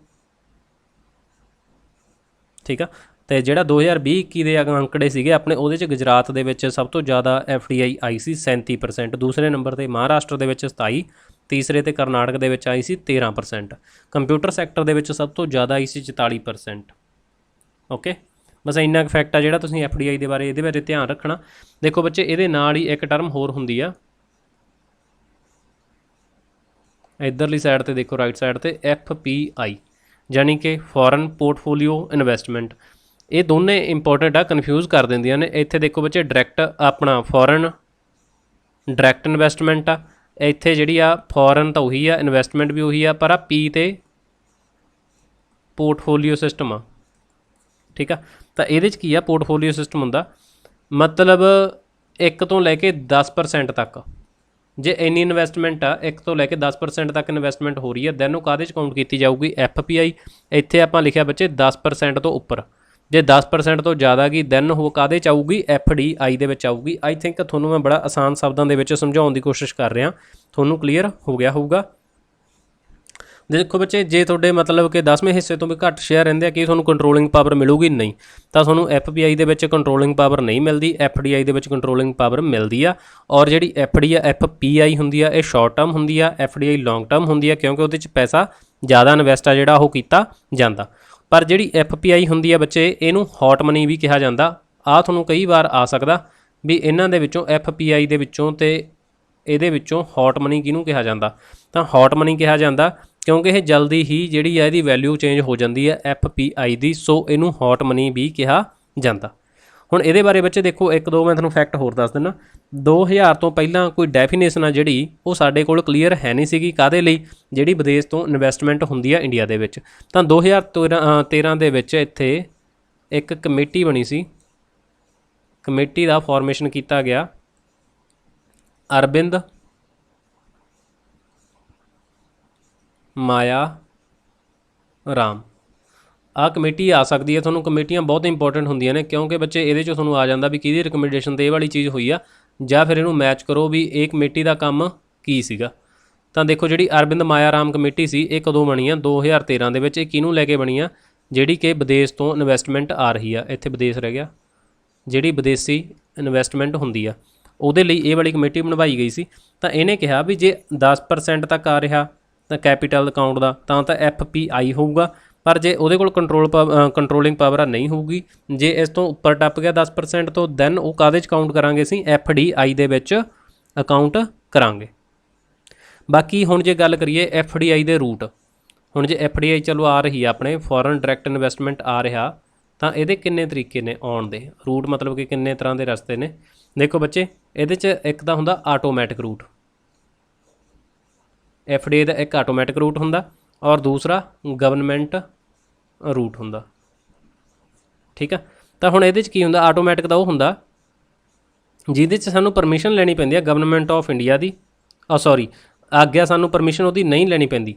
ਇਹਦੇ 'ਚ ਸਾਨੂੰ ਨੋ ਪਰਮਿਸ਼ਨ, ਨਾ RBI ਤੋਂ ਪਰਮਿਸ਼ਨ ਲੈਣੀ ਹੈ ਅਸੀਂ, ਨਾ ਹੀ ਗਵਰਨਮੈਂਟ ਆਫ ਇੰਡੀਆ ਤੋਂ ਪਰਮਿਸ਼ਨ ਲੈਣੀ ਆ। ਪਰ ਜਿਹੜਾ ਸਾਡੇ ਕੋਲ ਗਵਰਨਮੈਂਟ ਰੂਟ ਆ, ਇਹਦੇ 'ਚ ਹੁਣ ਕਲੀਅਰ ਆ ਨਾ, ਇਹਦੇ 'ਚ ਸਾਨੂੰ ਗਵਰਨਮੈਂਟ ਤੋਂ ਪਰਮਿਸ਼ਨ ਆ ਜਿਹੜੀ ਉਹ ਲੈਣੀ ਪਊਗੀ, ਜਾਂ ਫਿਰ RBI ਤੋਂ ਜਿਹੜੀ ਪਰਮਿਸ਼ਨ ਆ ਉਹ ਲੈਣੀ ਪਊਗੀ, ਤਾਂ ਕਰਕੇ ਇਸ ਨੂੰ ਕਿਹਾ ਜਾਂਦਾ ਗਵਰਨਮੈਂਟ ਰੂਟ। ਤੇ ਆਟੋਮੈਟਿਕ ਰੂਟ ਕਿਹੜਾ ਗਾ, ਮਤਲਬ ਉਹਦੇ 'ਚ ਸਾਨੂੰ ਕਿਸੇ ਤੋਂ ਵੀ ਕੋਈ ਪਰਮਿਸ਼ਨ ਲੈਣ ਦੀ ਲੋੜ ਨਹੀਂ ਹੁੰਦੀ। ਬਾਕੀ ਬੱਚੇ ਦੇਖੋ, ਹਰ ਸੈਕਟਰ ਦੇ ਵਿੱਚ ਇਹ ਅਲੱਗ-ਅਲੱਗ ਹੋ ਸਕਦੀ ਆ, ਜਿਹੜੀ ਇਹਦੀ ਲਿਮਟ ਆ ਉਹ ਵੱਧਦੀ ਘਟਦੀ ਰਹਿੰਦੀ ਆ। ਸੋ ਜਿਵੇਂ ਕਿ ਪਬਲਿਕ ਸੈਕਟਰ ਬੈਂਕ ਆ, ਉਹਦੇ 'ਚ 20% ਤੱਕ, ਪ੍ਰਾਈਵੇਟ ਬੈਂਕਾਂ ਦੇ 74%, ਫੋਰਨ ਬੈਂਕ ਨੇ 100%, ਇੰਸ਼ੋਰੈਂਸ ਸੀਗਾ ਪਹਿਲਾਂ 49% ਹੁੰਦਾ ਸੀ ਤਕਰੀਬਨ, ਹੁਣ ਇਹ 100% ਤੱਕ ਹੀ ਪਹੁੰਚ ਚੁੱਕਿਆ। ਤਾਂ ਬੱਚੇ ਇਹ ਚੀਜ਼ ਤੁਹਾਨੂੰ ਕਲੀਅਰ ਆ। FDI ਕਿੰਨੇ ਤਰ੍ਹਾਂ ਦੀ ਹੁੰਦੀ ਆ, ਕਿੰਨੇ ਤਰ੍ਹਾਂ ਦੀ ਆ, 2 ਤਰ੍ਹਾਂ ਦੀ ਹੁੰਦੀ ਹੈ। ਇੱਕ ਆਟੋਮੈਟਿਕ ਰੂਟ ਦੇ ਥਰੂ ਆਉਂਦੀ ਆ, ਠੀਕ ਆ। ਜਿਹੜੀ ਆਟੋਮੈਟਿਕ ਦੇ ਥਰੂ ਆਉਂਦੀ ਆ ਬੱਚੇ, ਇਹ 100% ਤੱਕ ਕੀਤੀ ਜਾ ਸਕਦੀ ਹੈ, ਤਾਂ 100% ਤੱਕ ਹੀ ਹੋ ਜੂਗੀ। ਪਰ ਜਿਹੜੀ ਗਵਰਨਮੈਂਟ ਵਾਲੀ ਹੁੰਦੀ ਆ, ਇਹ ਵੀ ਹੁਣ ਤਾਂ 100% ਤੱਕ ਕੀਤੀ ਜਾ ਸਕਦੀ ਆ। ਤਾਂ ਇਹਦੇ 'ਚ ਸਾਨੂੰ ਅਪਰੂਵਲ ਦੀ ਲੋੜ ਪੈਂਦੀ ਆ। ਓਕੇ, ਜਿਵੇਂ ਕਿ ਬੱਚੇ ਦੇਖੋ, ਡਿਫੈਂਸ ਵਾਲੇ ਦੇ ਵਿੱਚ ਪਹਿਲਾਂ 26% ਹੁੰਦਾ ਸੀ, ਉੱਥੇ ਤੱਕ ਵੀ ਪਰਮਿਸ਼ਨ ਲੈਣੀ ਪੈਂਦੀ ਸੀ, ਫਿਰ ਇਹਨਾਂ ਨੇ ਵਧਾਤਾ ਸੀ, ਅੱਗੇ 49 ਤੱਕ ਕਰਤਾ, ਫਿਰ 100% ਤੱਕ ਕਰਤਾ ਸੀਗਾ, ਪਰ ਅਪਰੂਵਲ ਲੈਣਾ ਪੈਂਦਾ ਜਿਹੜੀ ਗੱਲ ਆ। ਠੀਕ ਆ, ਆਟੋਮੈਟਿਕ ਰੂਟ ਦੇ ਵਿੱਚ ਬੱਚੇ ਉਹਦੇ 'ਚ ਜਿੰਨੀ ਲਿਮਟ ਆ ਸਰਕਾਰ ਤੋਂ ਪੁੱਛਣ ਦੀ ਕੋਈ ਲੋੜ ਨਹੀਂ ਹੁੰਦੀ, ਜਿਵੇਂ ਚਾਹੀਦਾ ਉਹਦੇ 'ਚ ਉਵੇਂ ਆਟੋਮੈਟਿਕ ਰੂਟ ਦੇ ਵਿੱਚ ਉਹ ਵਾਲੀ ਚੀਜ਼ ਆ ਜਿਹੜੀ ਹੋ ਜਾਂਦੀ ਆ। ਤਾਂ ਹੁਣ ਅਪਰੂਵਲ ਦੇਣ ਦਾ ਕੰਮ ਪਹਿਲਾਂ ਕੌਣ ਕਰਦਾ ਸੀ, FIPB, ਯਾਨੀ ਕਿ ਫੋਰਨ ਇਨਵੈਸਟਮੈਂਟ ਪ੍ਰਮੋਸ਼ਨ ਬੋਰਡ। 1991 ਦੇ ਵਿੱਚ ਫਿਰ ਜਦੋਂ ਬੱਚੇ ਨਵੇਂ ਸੀਗੇ ਆਪਣੇ ਰਿਫਾਰਮ ਕੀਤੇ ਗਏ ਸੀ ਮਨਮੋਹਨ ਸਿੰਘ ਦੇ ਦੁਆਰਾ under ministry department of economic affairs 2017 ਦੇ ਵਿੱਚ ਇਹ ਵਾਲਾ ਸਿਸਟਮ ਸੀ ਜਿਹੜਾ FIPB ਇਹਨੂੰ ਖਤਮ ਕਰਤਾ ਸੀ। ਸਰਕਾਰ ਨੇ ਕਿਹਾ ਕਿ ਜਿਹੜੇ ਡਿਪਾਰਟਮੈਂਟ ਜਾਂ ਮਿਨਿਸਟਰੀ ਦੇ ਵਿੱਚ ਇਨਵੈਸਟਮੈਂਟ ਆ ਰਹੀ ਆ ਤਾਂ ਉਹਦੇ ਤੋਂ ਜਿਹੜੀ ਪਰਮਿਸ਼ਨ ਆ ਉਹ ਲੈਣੀ ਪਊਗੀ। ਡਨ। ਤੇ ਆਹ ਚੀਜ਼ਾਂ ਸੀ ਬੱਚੇ ਜਿਹੜੀਆਂ ਹੁਣ ਜਿਹੜਾ ਬੈਲੈਂਸ ਆਫ ਪੇਮੈਂਟ ਆ ਤਾਂ ਇਹ ਆਲਵੇਜ਼ ਮਤਲਬ ਕਿ ਜ਼ੀਰੋ ਤੇ ਤਕਰੀਬਨ ਹੋਣਾ ਚਾਹੀਦਾ। ਇੱਕ ਹੁੰਦਾ ਫੇਵਰੇਬਲ ਅਨੁਕੂਲ ਔਰ ਇੱਕ ਹੁੰਦਾ ਅਨਫੇਵਰੇਬਲ ਯਾਨੀ ਕਿ ਪ੍ਰਤੀਕੂਲ। ਬਸ ਇਹਨੂੰ ਹੁਣ ਤੁਸੀਂ ਹਿਸਾਬ ਲਾ ਸਕਦੇ ਹੋ ਵੀ ਪੋਜ਼ਿਟਿਵ ਨੈਗੇਟਿਵ ਇਹਨੂੰ ਕਿਵੇਂ ਕਹਿਣਾ ਤੁਸੀਂ। ਹੁਣ ਇੱਕ ਹੁੰਦਾ ਵੀ RBI ਫੋਰਨ ਕਰੰਸੀ ਵਿਦੇਸ਼ੀ ਕਰੰਸੀ ਜਦੋਂ ਖਰੀਦ ਲੈਂਦੀ ਆ ਰਿਜ਼ਰਵ ਕਰਕੇ ਉਹਦੇ ਬਦਲੇ ਭਾਰਤੀ ਕਰੰਸੀ ਨੂੰ ਲਾਂਚ ਜਾਂ ਰਿਲੀਜ਼ ਕਰਦੀ ਆ, ਉਹਨੂੰ ਕਿਹਾ ਜਾਂਦਾ ਫੋਰਨ ਰਿਜ਼ਰਵ। ਕਲੀਅਰ ਆ। ਬਾਕੀ ਬੱਚੇ 1991 ਦੇ ਵਿੱਚ ਆਪਣਾ ਜਿਹੜਾ ਫੋਰਨ ਰਿਜ਼ਰਵ ਆ, ਹੁਣ ਫੋਰਨ ਰਿਜ਼ਰਵ ਦੇ ਬਾਰੇ ਵੀ ਆਪਾਂ ਗੱਲ ਕਰ ਲੈਂਦੇ ਹਾਂ। ਮਤਲਬ ਵਿਦੇਸ਼ੀ ਬੱਚੇ ਦੇਖੋ, ਅਗਰ ਤੁਹਾਨੂੰ ਬੈਲੈਂਸ ਆਫ ਪੇਮੈਂਟ ਆਸਾਨੀ ਦੇ ਨਾਲ ਸਮਝ ਆ ਗਿਆ ਔਰ FDI FPI ਬਿਲਕੁਲ ਤੁਹਾਨੂੰ ਕਲੀਅਰ ਹੋ ਗਈ ਕਿ ਕੀ ਇਹਦੇ 'ਚ ਹਿਸਾਬ ਕਿਤਾਬ ਆ, ਕਿਹਦੇ ਦੁਆਰਾ ਇਹ ਕੀ ਸਿਸਟਮ ਇਹਦੇ 'ਚ ਜਿਹੜਾ ਕੀਤਾ ਜਾਂਦਾ ਗਾ, ਦੈਨ ਤੁਸੀਂ ਬੱਚੇ ਉਹ ਸਿਸਟਮ ਜ਼ਰੂਰ ਦੱਸਿਓ ਔਰ ਆਪਣਾ ਕਮੈਂਟ ਕਰਕੇ ਫੀਡਬੈਕ ਹੈ ਜਿਹੜਾ ਉਹ ਵੀ ਦੇਣਾ। ਔਰ ਅਗਰ ਤੁਹਾਨੂੰ ਕੰਟੈਂਟ ਚੰਗਾ ਲੱਗਿਆ, ਸਮਝ ਆਇਆ ਆਸਾਨੀ ਦੇ ਨਾਲ, ਸਭ ਤੋਂ ਵੱਡੀ ਗੱਲ ਇਹ ਹੁੰਦੀ ਹੈ ਬੱਚੇ ਕੰਟੈਂਟ ਤੁਹਾਨੂੰ ਕਿਵੇਂ ਦਾ ਵੀ ਪ੍ਰੋਵਾਈਡ ਕੀਤਾ ਜਾ ਰਿਹਾ ਪਰ ਤੁਹਾਨੂੰ ਸਮਝ ਆਉਣਾ ਚਾਹੀਦਾ ਹੁੰਦਾ, ਉਹ ਸਭ ਤੋਂ ਵੱਡੀ ਗੱਲ ਹੁੰਦੀ ਆ। ਅਗਰ ਤੁਹਾਨੂੰ ਇਹ ਬਿਲਕੁਲ ਸਮਝ ਆ ਰਿਹਾ ਦੈਨ ਚੈਨਲ ਨੂੰ ਸਬਸਕ੍ਰਾਈਬ ਕਰਕੇ ਜ਼ਰੂਰ ਜਾਣਾ ਔਰ ਵੀਡੀਓ ਨੂੰ ਜਿਨ੍ਹਾਂ ਨੇ ਹਜੇ ਤੱਕ ਵੀ ਲਾਈਕ ਨਹੀਂ ਕਰਿਆ ਲਾਈਕ ਜ਼ਰੂਰ ਕਰਿਓ। ਹੁਣ ਆਪਾਂ ਗੱਲ ਕਰਦੇ ਹਾਂ ਬੱਚੇ ਵਿਦੇਸ਼ੀ ਰਿਜ਼ਰਵ। ਤਾਂ ਇਹਦੇ ਲਈ ਤੁਹਾਡੇ ਲਈ ਕੁਐਸਚਨ ਆ ਕਿ ਵਿਸ਼ਵ ਦੇ ਵਿੱਚ ਸਭ ਤੋਂ ਲਾਰਜੈਸਟ ਕੰਟਰੀ ਕਿਹੜੀ ਆ, ਠੀਕ ਆ, ਜਿਹਦੇ ਕੋਲੇ ਮਤਲਬ ਟੌਪ 'ਤੇ ਕਿਹੜਾ ਦੇਸ਼ ਆ ਜਿਹਦੇ ਕੋਲੇ ਫੋਰਨ ਰਿਜ਼ਰਵ ਆ ਜਿਹੜਾ ਸਭ ਤੋਂ ਜ਼ਿਆਦਾ। ਤਾਂ ਕਈ ਬੱਚੇ US ਲਾਉਣਗੇ। ਬੱਚੇ US ਨਹੀਂ ਆ ਸਕਦਾ ਕਿਉਂਕਿ US ਡਾਲਰ ਦੀ ਵੈਲਿਊ ਤਾਂ ਅਸੀਂ ਦੇਖਦੇ ਹਾਂ ਕਿਉਂਕਿ ਉਹਦੀ ਤਾਂ ਕਰੰਸੀ ਹੋਈ ਆ ਉਹ USA ਤੋਂ ਬਿਨਾਂ ਆਊਗਾ। ਕੋਈ USA ਜਵਾਬ ਨਾ ਕਰੇ ਕਿਤੇ ਹਵਾਈ ਤੁੱਕਾ ਮਾਰ ਦੇ। ਵਿਦੇਸ਼ੀ ਕਰੰਸੀ ਜਮ੍ਹਾਂ ਕੌਣ ਕਰਦਾ? RBI ਕਰਦਾ ਭਾਰਤ ਦੇ ਵਿੱਚ, ਜਾਣੀ ਕਿ ਕੇਂਦਰੀ ਬੈਂਕ ਹੀ ਕਰਦਾ ਹੁੰਦਾ, ਰਿਜ਼ਰਵ ਕਰ ਲੈਂਦਾ, ਠੀਕ ਆ। ਤਾਂ ਇਹਨੂੰ ਜਮ੍ਹਾਂ ਕੌਣ ਕਰਦਾ? RBI ਕਰਦਾ। ਇਹਦੇ 'ਚ ਵਿਦੇਸ਼ੀ ਕਰੰਸੀ ਪਲੱਸ T ਬਿੱਲ ਜਾਣੀ ਕਿ ਟਰੀਜ਼ਰੀ ਬਿੱਲ, G ਸਿਕਿਉਰਿਟੀ ਇਹ ਵੀ ਹੋ ਸਕਦੀਆਂ ਨੇ, ਕੋਈ ਵੀ ਬੌਂਡਸ ਨੇ ਉਹ ਵੀ ਇਹਦੇ 'ਚ ਇਨਕਲੂਡ ਹੋ ਸਕਦੇ ਆ। ਹੁਣ ਇਹ ਤੁਹਾਨੂੰ ਆਉਂਦਾ ਵੀ ਇਹਦੇ ਕੰਪੋਨੈਂਟ ਕਿੰਨੇ ਹੁੰਦੇ ਆ। ਬਸ ਆਹ ਚੀਜ਼ ਬੱਚੇ ਇੰਨੀ ਗਾ ਤੁਹਾਡੀ ਕੰਪੋਨੈਂਟਸ, ਇਹਦੇ ਬਾਰੇ ਬਾਹਲਾ ਨਹੀਂ ਪੜ੍ਹਨਾ ਆਪਾਂ। ਇੱਕ ਤਾਂ ਹੁੰਦਾ ਇਹਦੇ 'ਚ ਫੋਰਨ ਕਰੰਸੀ ਐਸਟਸ ਪਹਿਲਾ, ਦੂਸਰਾ ਗੋਲਡ, ਤੀਸਰਾ SDR ਔਰ ਚੌਥਾ ਹੁੰਦਾ ਆਪਣੇ ਕੋਲੇ ਰਿਜ਼ਰਵ ਆ ਜਿਹੜਾ ਸਾਡਾ ਇਨ IMF। ਤਾਂ ਇੰਟਰਨੈਸ਼ਨਲ ਮੋਨਟਰੀ ਫੰਡ ਦੇ ਵਿੱਚ ਜਿਹੜਾ ਸਾਡਾ ਰਿਜ਼ਰਵ ਆ, ਠੀਕ ਆ।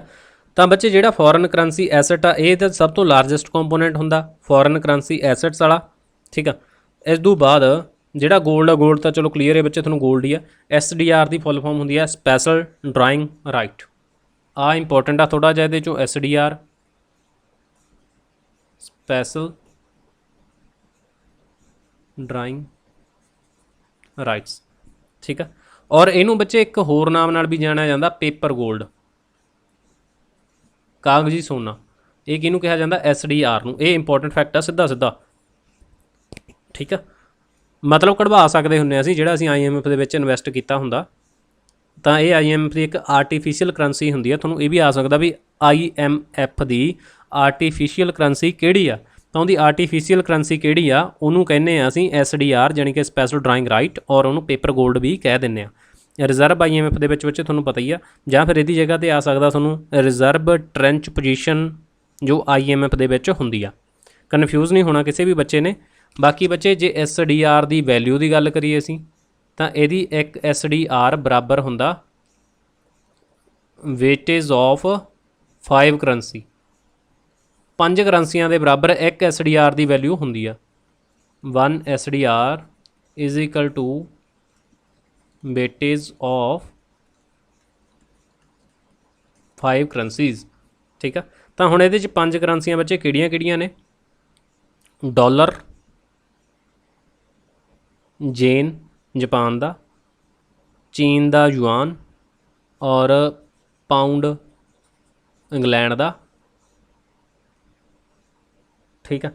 ਤਾਂ ਇਹਦੇ 'ਚ ਬੱਚੇ ਇਹ ਵਾਲੀਆਂ ਸੀਗੀਆਂ ਜਿਹੜੀਆਂ ਮਤਲਬ ਕਿ ਬੇਸਿਕਲੀ ਕਰੰਸੀਆਂ ਨੇ, ਤੁਸੀਂ ਇਹਨਾਂ ਨੂੰ ਯਾਦ ਰੱਖਣਾ। ਤਾਂ ਇਹਨਾਂ ਦੇ ਵਿੱਚ ਇਹ ਵਾਲਾ ਹੁੰਦਾ ਬੈਲੈਂਸ ਆਫ ਪੇਮੈਂਟ ਆ ਬੱਚੇ, ਤੁਹਾਨੂੰ ਮੈਂ ਕਰਵਾ ਚੁੱਕਿਆ ਸੀਗਾ। ਅਤੇ ਇਹਦੇ 'ਚ ਆਪਣਾ ਕ੍ਰਾਈਸਿਸ ਹੋਇਆ ਸੀ 1991 ਦੇ ਵਿੱਚ, ਜਦੋਂ ਕੁਵੈਤ ਅਤੇ ਇਰਾਕ ਦੀ ਲੜਾਈ ਕਰਕੇ ਤੇਲ ਮਹਿੰਗਾ ਹੋ ਗਿਆ ਸੀ, ਠੀਕ ਆ। ਤਾਂ IMF ਕੋਲੇ ਗਏ ਸੀ, ਉਹਨੇ ਨਵੀਆਂ ਕੰਡੀਸ਼ਨਸ ਰੱਖਤੀਆਂ ਸੀ, ਸੋ ਆਪਾਂ ਉਹਨਾਂ ਤੋਂ ਬੋਰੋ ਕੀਤਾ ਸੀ। ਦੈਨ ਹੁਣ ਇੱਕ ਯਾਦ ਰੱਖਣੀ ਹੈ ਵੀ ਵਰਲਡ ਬੈਂਕ ਅਤੇ ADB ਇਹ ਡਿਵੈਲਪਮੈਂਟ ਵਾਲੇ ਪੈਸੇ ਪ੍ਰੋਵਾਈਡ ਕਰਵਾਉਂਦੇ ਆ, ਔਰ ਇਹ ਤਾਂ ਮੈਂ ਤੁਹਾਨੂੰ ਪਹਿਲਾਂ ਵਾਲੀ ਵੀਡੀਓਜ਼ ਦੇ ਵਿੱਚ ਵੀ ਬੱਚੇ ਕਰਵਾ ਚੁੱਕਿਆ ਸੀਗਾ ਇਹ ਵਾਲਾ ਸਿਸਟਮ। ਓਕੇ, ਤਾਂ ਬੱਚੇ ਹੋਰ ਦੇਖੋ, ਇੱਕ ਆਪਾਂ ਗੱਲ ਕਰਾਂਗੇ ਅੱਜ ਪੋਵਰਟੀ। ਕਿੰਨੇ ਮਿੰਟ ਦੀ ਵੀਡੀਓ ਹੋਊਗੀ ਤਕਰੀਬਨ? ਹੈ ਤਾਂ 23 ਮਿੰਟ ਦੀ ਹੋਈ, 7 ਮਿੰਟ ਦੀ ਆਪਾਂ ਹੋਰ ਅੱਧੇ ਘੰਟੇ ਦੀ ਵੀਡੀਓ ਕਰ ਲੈਂਦੇ ਹਾਂ ਪੋਵਰਟੀ। ਇਸ ਤੋਂ ਬਾਅਦ ਆਪਾਂ GDP ਔਰ ਨੈਸ਼ਨਲ ਇਨਕਮ ਟੌਪਿਕ ਆ ਜਿਹੜਾ ਬੱਚੇ ਉਹਨੂੰ ਕਵਰ ਕਰਵਾਉਣ ਦੀ ਕੋਸ਼ਿਸ਼ ਕਰਾਂਗੇ ਜੇ ਹੋ ਜੇ ਆਪਣਾ। ਤਾਂ ਪੋਵਰਟੀ ਯਾਨੀ ਕਿ ਗਰੀਬੀ। ਤਾਂ ਬੱਚੇ ਦੇਖੋ, ਹਰ ਇੱਕ ਮਤਲਬ ਜਿਹੜੀਆਂ ਬੇਸਿਕ ਨੀਡ ਹੁੰਦੀਆਂ, ਜਿਵੇਂ ਕਿ ਸਾਡੀਆਂ ਪ੍ਰਾਇਮਰੀ ਹੈਲਥ ਫੈਸਿਲਿਟੀ ਹੋ ਗਈਆਂ, ਐਜੂਕੇਸ਼ਨ ਹੋ ਗਈ, ਪ੍ਰਾਇਮਰੀ ਸ਼ੈਲਟਰ ਯਾਨੀ ਕਿ ਰਹਿਣ ਦੇ ਲਈ ਮਕਾਨ ਹੋ ਗਿਆ, ਕਲੋਥ ਹੋ ਗਿਆ, ਫੂਡ ਹੋ ਗਿਆ, ਤਾਂ ਇਹਨਾਂ ਨੂੰ ਅਸੀਂ ਪੂਰਾ ਨਹੀਂ ਕਰ ਪਾਉਂਦੇ, ਦੈਨ ਉਦੋਂ ਅਸੀਂ ਪੋਵਰਟੀ ਦੇ ਵਿੱਚ ਆ ਜਾਂਦੇ ਹਾਂ। ਤਾਂ ਪੋਵਰਟੀ ਨੂੰ ਕਿਵੇਂ ਕਰਦੇ ਹਾਂ? ਮੰਨ ਲਓ ਤਾਂ ਆਹ ਇੱਕ ਚੀਜ਼ ਲਾਈਨ ਆ, ਠੀਕ ਆ, ਤਾਂ ਇਹਨੂੰ ਕਹਿੰਦੇ ਆ ਪੋਵਰਟੀ ਲਾਈਨ। ਪੋਵਰਟੀ ਲਾਈਨ ਜਿਹੜੇ ਇਹਦੇ ਤੋਂ ਉੱਪਰ ਨੇ, ਮਤਲਬ ਕਿ ਇੱਥੇ ਜਿਹੜੀਆਂ ਚੀਜ਼ਾਂ ਪਈਆਂ ਨੇ ਉੱਪਰ, ਉਹ ਆਸਾਨੀ ਦੇ ਨਾਲ ਹੀ ਖਰੀਦ ਲੈਂਦੇ ਆ, ਤਾਂ ਇਹ ਹੁੰਦੇ ਨੇ APL ਯਾਨੀ ਕਿ ਅਬਵ ਪੋਵਰਟੀ ਲਾਈਨ। ਜਿਹੜੇ ਨੀਚੇ ਹੁੰਦਾ ਇਹ ਹੁੰਦੇ ਆ BPL, ਬਿਲੋ ਪੋਵਰਟੀ ਲਾਈਨ। ਪਿੰਡਾਂ ਦੇ ਵਿੱਚ ਅਕਸਰ ਸੁਣਿਆ ਹੋਊਗਾ ਵੀ BPL ਕਾਰਡ ਬਣੇ ਹੁੰਦੇ ਆ, ਉਹਨਾਂ ਨੂੰ ਜ਼ਿਆਦਾ ਰਾਸ਼ਨ ਆ ਜਿਹੜਾ ਪ੍ਰੋਵਾਈਡ ਕਰਵਾਇਆ ਜਾਂਦਾ। ਸੋ ਉਹ ਇਹ ਤਾਂ ਹੁੰਦਾ ਕਿਉਂਕਿ ਇਹ ਆਹ ਵਾਲੀ ਜਿਹੜੀ ਲਾਈਨ ਗਰੀਬੀ ਰੇਖਾ ਹੁੰਦੀ ਆ, ਗਰੀਬੀ ਰੇਖਾ ਤੋਂ ਨੀਚੇ ਹੁੰਦੇ ਆ, ਸੋ ਇਹਨਾਂ ਨੂੰ BPL ਪ੍ਰੋਵਾਈਡ ਕਰਵਾਇਆ ਜਾਂਦਾ। ਓਕੇ, ਦੇਖੋ ਬੱਚੇ, ਇਹਦੇ 'ਚ ਸਮਝਣ ਵਾਲਾ ਤਾਂ ਕੋਈ ਐਡਾ ਚੱਕਰ ਹੈ ਨਹੀਂਗਾ ਵੀ ਤੁਸੀਂ ਬਸ ਇੱਕ ਕਮੇਟੀਆਂ ਨੇ ਉਹਨਾਂ ਨੂੰ ਯਾਦ ਰੱਖਣਾ, ਕਿਹੜੇ ਬੇਸ 'ਤੇ ਕੱਢਿਆ ਜਾਂਦਾ ਉਹ ਆ। ਇੱਕ ਇਹਦੇ 'ਚ ਹੁੰਦਾ ਲੋਰੈਂਜ਼ ਕਰਵ। ਤਾਂ ਇਹ ਲੋਰੈਂਜ਼ ਕਰਵ ਆ ਜਿਹੜੀ, ਬਸ ਇਹਦੇ 'ਚ ਯਾਦ ਰੱਖਣਾ ਵੀ ਜੇ ਇਹਦੇ 'ਚ 45 ਡਿਗਰੀ ਲਾਈਨ ਆ ਕੋਈ ਵੀ, ਠੀਕ ਆ, 45 ਜਿਵੇਂ ਆਹ ਮਤਲਬ ਆ 90 ਡਿਗਰੀ 'ਤੇ ਆ ਇਹਦੇ ਜਮਾ ਸੈਂਟਰ 'ਤੇ ਆ, ਇਹ ਮਤਲਬ 45 ਡਿਗਰੀ ਹੁੰਦਾ।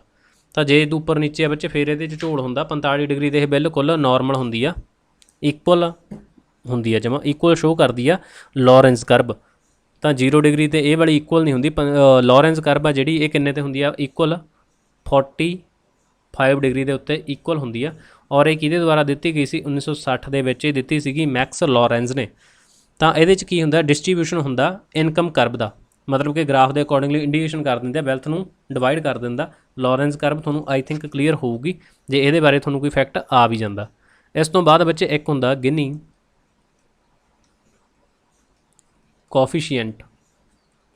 ਇਹ KB ਵਾਲੀ ਪੁੱਛੀ ਜਾਂਦੀ ਹੈ, ਗਿਨੀ ਕੋਫੀਸ਼ੀਐਂਟ ਕੀ ਹੁੰਦਾ? ਇਹ ਲੋਰੈਂਜ਼ ਕਰਵ ਤੋਂ ਹੀ ਅੱਗੇ ਮਤਲਬ ਆਇਆ ਵਾ ਰੂਪ ਉਹਦਾ, ਬਸ ਇਹਦੇ 'ਚ ਮਾਪ ਕੀਤਾ ਜਾਂਦਾ ਡਿਗਰੀ ਆਫ ਇਨਇਕੁਅਲਿਟੀ ਦੇਖੀ ਜਾਂਦੀ ਹੈ ਇਨਕਮ ਦੇ ਵਿੱਚ। ਇਨਇਕੁਅਲਿਟੀ ਦੇਖਦੇ ਆ, ਇਹ 0 ਤੇ 1 ਦੇ ਬੇਸ ਹੁੰਦੀ ਆ, ਠੀਕ ਆ। ਤਾਂ 0 ਆ ਇਹਦੇ 'ਚ, ਤਾਂ ਮਤਲਬ ਕਿ 0 ਬੇਸ ਤਾਂ ਬਰਾਬਰ ਆ, ਔਰ ਜੇ ਤੁਹਾਡਾ 1 ਆ ਤਾਂ 1 ਦੇ ਅਕੋਰਡਿੰਗਲੀ ਇਹਦੇ 'ਚ ਇਨਇਕੁਅਲਿਟੀ ਆ ਜਿਹੜੀ ਉਹ ਪਾਈ ਜਾਊਗੀ। ਤਾਂ ਹੁਣ ਇਹਦੇ 'ਚ ਬੱਚੇ ਕੀ ਚੀਜ਼ ਹੁੰਦੀ ਆ? ਪਹਿਲਾਂ ਤਾਂ ਇਹ ਜਿਹੜਾ ਕੁਝ ਦੇਖੀ ਜਾਂਦੀ ਸੀਗੀ ਸਾਰੀ ਜਾਂ ਪੋਵਰਟੀ ਲਾਈਨ ਡਿਸਾਈਡ ਕਰਦੀ ਸੀ, ਉਹ ਕੌਣ ਸੀ? ਪਲਾਨਿੰਗ ਕਮਿਸ਼ਨ ਆਫ ਇੰਡੀਆ ਕਰਦਾ ਹੁੰਦਾ ਸੀ। ਸੋ ਤੁਹਾਨੂੰ ਪਤਾ ਵੀ ਉਹਨੂੰ ਹੁਣ ਨੀਤੀ ਆਯੋਗ ਨੇ ਰਿਪਲੇਸ ਕਰਤਾ ਸੀਗਾ। ਹੁਣ ਜਿਹੜਾ ਇਹਦਾ ਡੇਟਾ ਕਲੈਕਟ ਕੀਤਾ ਜਾਂਦਾ, ਪੋਵਰਟੀ ਦਾ ਡੇਟਾ ਕਲੈਕਟ ਕਿਹਦੇ ਦੁਆਰਾ ਕੀਤਾ ਜਾਂਦਾ? NSSO, ਠੀਕ ਆ। ਤਾਂ ਇਹਦੇ ਦੁਆਰਾ ਹੁਣ ਡੇਟਾ ਯਾਨੀ ਕਿ ਨੈਸ਼ਨਲ ਸੈਂਪਲ ਸਰਵੇ ਦੁਆਰਾ ਕੀਤਾ ਜਾਂਦਾ ਗਾ, ਔਰ ਇਹ ministry of static and programme ਦੇ ਅਧੀਨ ਆਉਂਦਾ। ਆਹ ਵਾਲਾ ਜਿਹੜਾ NSSO ਦੇ ਅਕੋਰਡਿੰਗਲੀ ਕੀਤਾ ਜਾਂਦਾ। ਤਾਂ ਬੱਚੇ ਦੇਖੋ, ਇਹਦੇ ਬਾਰੇ ਹੁਣ ਆਪਾਂ ਗੱਲ ਕਰੀਏ ਵੀ ਜਿਹੜੀਆਂ ਕਮੇਟੀਜ਼ ਨੇ ਇੰਪੋਰਟੈਂਟ ਨੇ, ਬਸ ਆਹੀ ਤੁਸੀਂ ਯਾਦ ਕਰਨੀਆਂ ਵੀ ਪੋਵਰਟੀ ਦੇ ਵਿੱਚ ਕਮੇਟੀਆਂ ਨੇ ਜਿਹੜੀਆਂ, ਉਹ ਕਿਹੜੀਆਂ ਕਮੇਟੀਆਂ ਨੇ ਕੀ ਕੀਤਾ ਸੀਗਾ। ਦੇਖੋ, ਇੱਕ 1938 ਦੇ ਵਿੱਚ, ਇਹ ਆਜ਼ਾਦੀ ਤੋਂ ਪਹਿਲਾਂ ਨੇ, ਜਿਹੜੀ 1938 ਦੇ ਵਿੱਚ ਬੱਚੇ ਪਹਿਲਾਂ ਬਣੀ ਸੀਗੀ ਕਮੇਟੀ, ਤਾਂ ਉਹਨੇ ਉਦੋਂ ਕਿਹਨੇ ਬਣਾਈ ਸੀ? ਉਹ ਬਣਾਈ ਤਾਂ ਸੀਗੀ ਸੁਭਾਸ਼ ਚੰਦਰ ਬੋਸ ਨੇ, ਔਰ ਚੇਅਰਮੈਨ ਸੀਗੇ ਪੰਡਿਤ ਜਵਾਹਰ ਲਾਲ ਨਹਿਰੂ। ਬਸ ਇੰਨਾ ਕੁ ਤੁਸੀਂ ਇਹਨੂੰ ਯਾਦ ਰੱਖਿਓ। ਬਾਕੀ ਜਿਹੜੀ BPL ਦੀ ਜਨਗਣਨਾ ਬੱਚੇ ਕਿਹੜੀ ਮਿਨਿਸਟਰੀ ਦੇ ਦੁਆਰਾ ਕਰਵਾਈ ਜਾਂਦੀ ਆ, ਉਹ ਤੁਸੀਂ ਜ਼ਰੂਰ ਦੱਸਣਾ। BPL ਦੀ ਸੈਂਸਸ ਆ ਜਿਹੜੀ, ਉਹ ਕਿਹੜੀ ਮਿਨਿਸਟਰੀ ਦੇ ਅਕੋਰਡਿੰਗਲੀ ਕਰਵਾਈ ਜਾਂਦੀ ਹੈ? ਤੁਹਾਡਾ ਤੀਸਰਾ ਕੁਐਸਚਨ ਅੱਜ ਦਾ, ਦੈਨ ਤੁਸੀਂ ਇਹ ਜ਼ਰੂਰ ਦੱਸਿਓ। ਦੇਖੋ ਬੱਚੇ, ਐਂਡ ਆਪਾਂ ਤੁਹਾਨੂੰ to the point content provide ਕਰਵਾਉਂਦੇ ਆ ਜਿਹੜਾ ਤੁਹਾਡਾ ਐਗਜ਼ਾਮ ਓਰੀਐਂਟਡ ਡਾਇਰੈਕਟਲੀ ਹੋਵੇ। ਤਾਂ ਜਿਹੜਿਆਂ ਨੇ ਵੀ ਜਿਸ ਤੱਕ ਬੱਚੇ ਚੈਨਲ ਨੂੰ ਸਬਸਕ੍ਰਾਈਬ ਨਹੀਂ ਕਰਿਆ, ਚੈਨਲ ਸਬਸਕ੍ਰਾਈਬ ਜ਼ਰੂਰ ਕਰ ਲਿਓ। ਜਲਦੀ ਤੋਂ ਆਪਣਾ ਜਿਹੜਾ 1000 ਸਬਸਕ੍ਰਾਈਬਰ ਆ ਉਹਨੂੰ ਤੁਸੀਂ ਪੂਰਾ ਕਰਵਾ ਦਿਓ। ਤੁਸੀਂ ਇੰਨੀ ਜਲਦੀ ਬੱਚੇ ਆਪਣਾ ਟਾਰਗੇਟ ਪੂਰਾ ਕਰਵਾਤਾ, ਤੁਹਾਡੇ ਨੇ ਬਹੁਤ ਸਾਰਾ ਥੈਂਕ ਯੂ। ਔਰ ਤੁਸੀਂ ਜਲਦੀ ਆਪਣਾ 1000 ਦਾ ਜਿਹੜਾ ਉਹ ਵੀ ਪੂਰਾ ਕਰਵਾ ਦਿਓ। 1938 ਦੇ ਵਿੱਚ ਪਹਿਲੀ ਬਣੀ ਸੀ, ਔਰ ਇਸ ਤੋਂ ਬਾਅਦ ਜਿਹੜੀਆਂ ਇੰਪੋਰਟੈਂਟ ਆ 1962 ਦੇ ਵਿੱਚ ਬਣੀ ਸੀ ਆਜ਼ਾਦੀ ਤੋਂ ਬਾਅਦ। ਇਹ ਵਾਲੀ ਬਣੀ ਸੀ ਐਕਸਪਰਟ ਕਮੇਟੀ ਜਿਹੜੀ ਬਣੀ ਸੀ ਬੱਚੇ, ਠੀਕ ਆ। ਇਹ ਮਤਲਬ ਕਿ ਸੀਗੀ ਐਕਸਪੈਂਡੀਚਰ ਦੇ ਬੇਸ, ਠੀਕ ਆ, ਜਿਹੜੀ ਮਤਲਬ ਕਿ 1962 ਦੇ ਵਿੱਚ ਬਣੀ ਸੀ।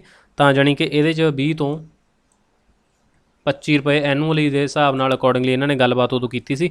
ਤਾਂ ਫਿਰ ਇਹ ਤੋਂ ਬਾਅਦ 1971 ਦੇ ਵਿੱਚ ਬਣੀ ਸੀਗੀ ਜਿਹੜੀ 22 ਕੇ ਅਲੱਗ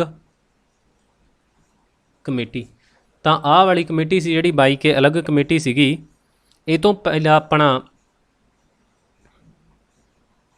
ਜਿਹੜੀ ਇਹ ਵਾਲੀ ਬਣੀ ਸੀਗੀ 1 ਮਿੰਟ ਬੱਚੇ, ਇੱਕ ਕਮੇਟੀ ਵਿੱਚੋਂ ਸਕਿਪ ਹੋ ਰਹੀ ਆ। 1971 ਦੇ ਵਿੱਚ ਬਣੀ ਸੀ BM ਦੰਦੇਕਰ ਐਂਡ ਆਰ ਨਾਥ। ਤਾਂ ਇਹਨੇ ਮਤਲਬ ਕਿ ਫਸਟ ਸਿਸਟਮੈਟਿਕ ਕਿਹਾ ਸੀਗਾ, ਔਰ ਇਹਨਾਂ ਨੇ ਕਿਹਾ ਸੀ ਕੈਲੋਰੀ ਬੇਸ ਹੀ ਕਿਹਾ ਸੀ। ਵੈਸੇ ਤਾਂ 2250 ਕੈਲੋਰੀ ਕਿਹਾ ਸੀ, ਚਾਹੇ ਉਹ ਪੇਂਡੂ ਆ ਚਾਹੇ ਕੋਈ ਸ਼ਹਿਰੀ ਆ। ਮਤਲਬ ਦੋਨਾਂ ਦੇ ਲਈ ਇਹਨਾਂ ਨੇ ਕਿਹਾ ਸੀ ਵੀ 2250 ਕੈਲੋਰੀ ਭੋਜਨ ਆ ਜਿਹੜਾ ਉਹ ਮਤਲਬ ਜ਼ਰੂਰੀ ਆ। ਫਿਰ ਇਸ ਤੋਂ ਬਾਅਦ ਇਹਨਾਂ ਨੇ ਕੈਲੋਰੀ ਵਾਲਾ ਸਿਸਟਮ ਸ਼ੁਰੂ ਕਰਤਾ। 1979 ਦੇ ਵਿੱਚ ਬਣੀ ਅਲੱਗ ਕਮੇਟੀ। ਤਾਂ ਇਹਨੇ ਪਾਵਰਟੀ ਲਾਈਨ ਸੈੱਟ ਕੀਤੀ ਸੀ ਕੈਲੋਰੀ ਦੇ ਬੇਸ। ਵੈਸੇ ਕੈਲੋਰੀ ਉਹਨਾਂ ਨੇ ਦੱਸਤੀ ਸੀ 2250। ਫਿਰ ਇਹਨਾਂ ਨੇ ਕਿਹਾ ਵੀ ਜਿਹੜੇ ਅਰਬਨ ਵਾਲੇ ਹੋਣਗੇ, ਇੱਕ ਪਾਸੇ ਤੁਹਾਡੇ ਹੋਣਗੇ ਪੇਂਡੂ ਲੋਕ, ਜਿਹੜੇ ਅਰਬਨ ਨੇ ਉਹਨਾਂ ਨੂੰ ਕਿੰਨਾ ਦਿਨ ਦੇ ਵਿੱਚ ਭੋਜਨ ਮਿਲਣਾ ਚਾਹੀਦਾ, 2100 ਕੈਲੋਰੀ ਪਰ ਡੇ।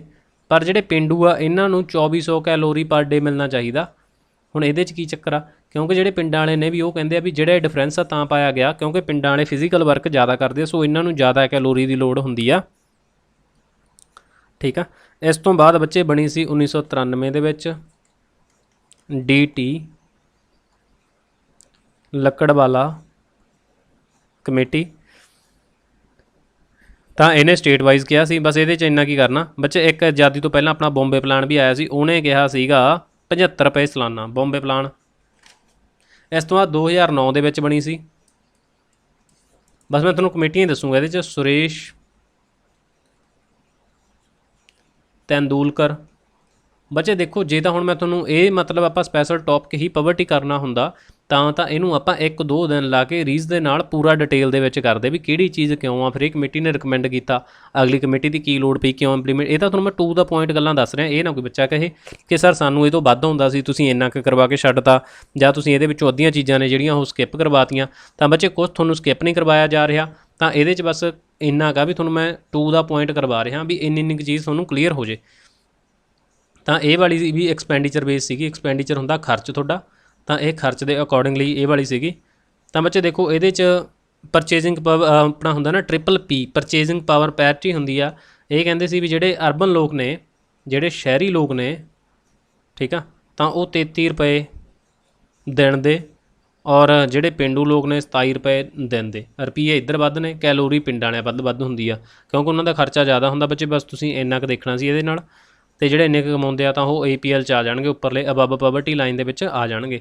ਜਿਹੜੀ ਸਭ ਤੋਂ ਇੰਪੋਰਟੈਂਟ ਆ ਉਹ ਇਹ ਵਾਲੀ ਕਮੇਟੀ ਆ ਜਿਹੜੀ 2014 ਦੇ ਵਿੱਚ ਬਣੀ ਆ, C ਰੰਗਾ ਰਾਜਨ ਕਮੇਟੀ, ਠੀਕ ਆ। ਤਾਂ ਇਹ RBI ਦੇ ਗਵਰਨਰ ਰਹਿ ਚੁੱਕੇ ਨੇ ਔਰ ਮਨਮੋਹਨ ਸਿੰਘ ਦੇ ਐਡਵਾਈਜ਼ਰ ਵੀ ਰਹਿ ਚੁੱਕੇ ਨੇ। ਤਾਂ ਇਹਨੇ ਵੀ ਐਕਸਪੈਂਡੀਚਰ ਦੇ ਬੇਸ ਹੀ ਕਿਹਾ ਸੀ। ਇਹਨੇ ਕਿਹਾ ਸੀ ਕਿ ਅਰਬਨ ਆ ਜਿਹੜੇ ਉਹਨਾਂ ਦਾ 47 ਰੁਪਏ ਡੇ ਦੇ, ਔਰ ਜਿਹੜੇ ਪੇਂਡੂ ਨੇ ਉਹਨਾਂ ਦਾ 32 ਰੁਪਏ ਪਰ ਡੇ। ਇਹ ਕਿਹੜੀ ਕਮੇਟੀ ਦੀ ਰਿਕਮੈਂਡੇਸ਼ਨ ਆ? C ਰੰਗਾ ਰਾਜਨ ਕਮੇਟੀ ਆ। ਅੱਜ ਇਹੀ ਕਮੇਟੀ ਦੇ ਅਨੁਸਾਰ ਲਈ ਅਸੀਂ ਚੀਜ਼ਾਂ ਜਿਹੜੀਆਂ ਨੇ ਉਹ ਫੋਲੋ ਕੀਤੀਆਂ ਜਾਂਦੀਆਂ ਨੇ। ਇੱਕ ਬੱਚੇ ਇਹਦੇ 'ਚ ਟਰਮ ਆਉਂਦੀ ਆ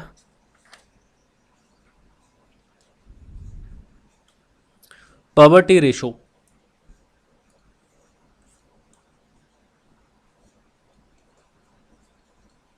ਪਾਵਰਟੀ ਰੇਸ਼ੋ ਇਹ ਕਈ ਵਾਰ ਤੁਹਾਨੂੰ ਪੁੱਛ ਲੈਂਦੇ ਆ, ਇਹਨੂੰ ਹੀ ਕਹਿ ਦਿੰਦੇ ਆ ਹੈੱਡ ਕਾਊਂਟ ਰੇਸ਼ੋ, ਗਰੀਬੀ ਦੇ ਅਨੁਪਾਤ ਨੂੰ ਕਹਿੰਦੇ ਆ ਇਹ, ਠੀਕ ਆ।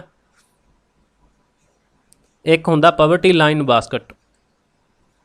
ਪਾਵਰਟੀ ਲਾਈਨ ਬਾਸਕਟ ਮਤਲਬ ਉਹ ਜ਼ਰੂਰੀ ਚੀਜ਼ਾਂ ਹੁੰਦੀਆਂ ਨੇ ਜਿਹੜੀਆਂ ਘੱਟ ਤੋਂ ਘੱਟ ਮਤਲਬ ਕਿ ਖਰੀਦ ਸਕਣ ਬੱਚੇ, ਮਤਲਬ ਕਿ ਪੂਰਾ ਕਰ ਸਕਣ ਉਹਨਾਂ ਨੂੰ, ਠੀਕ ਆ।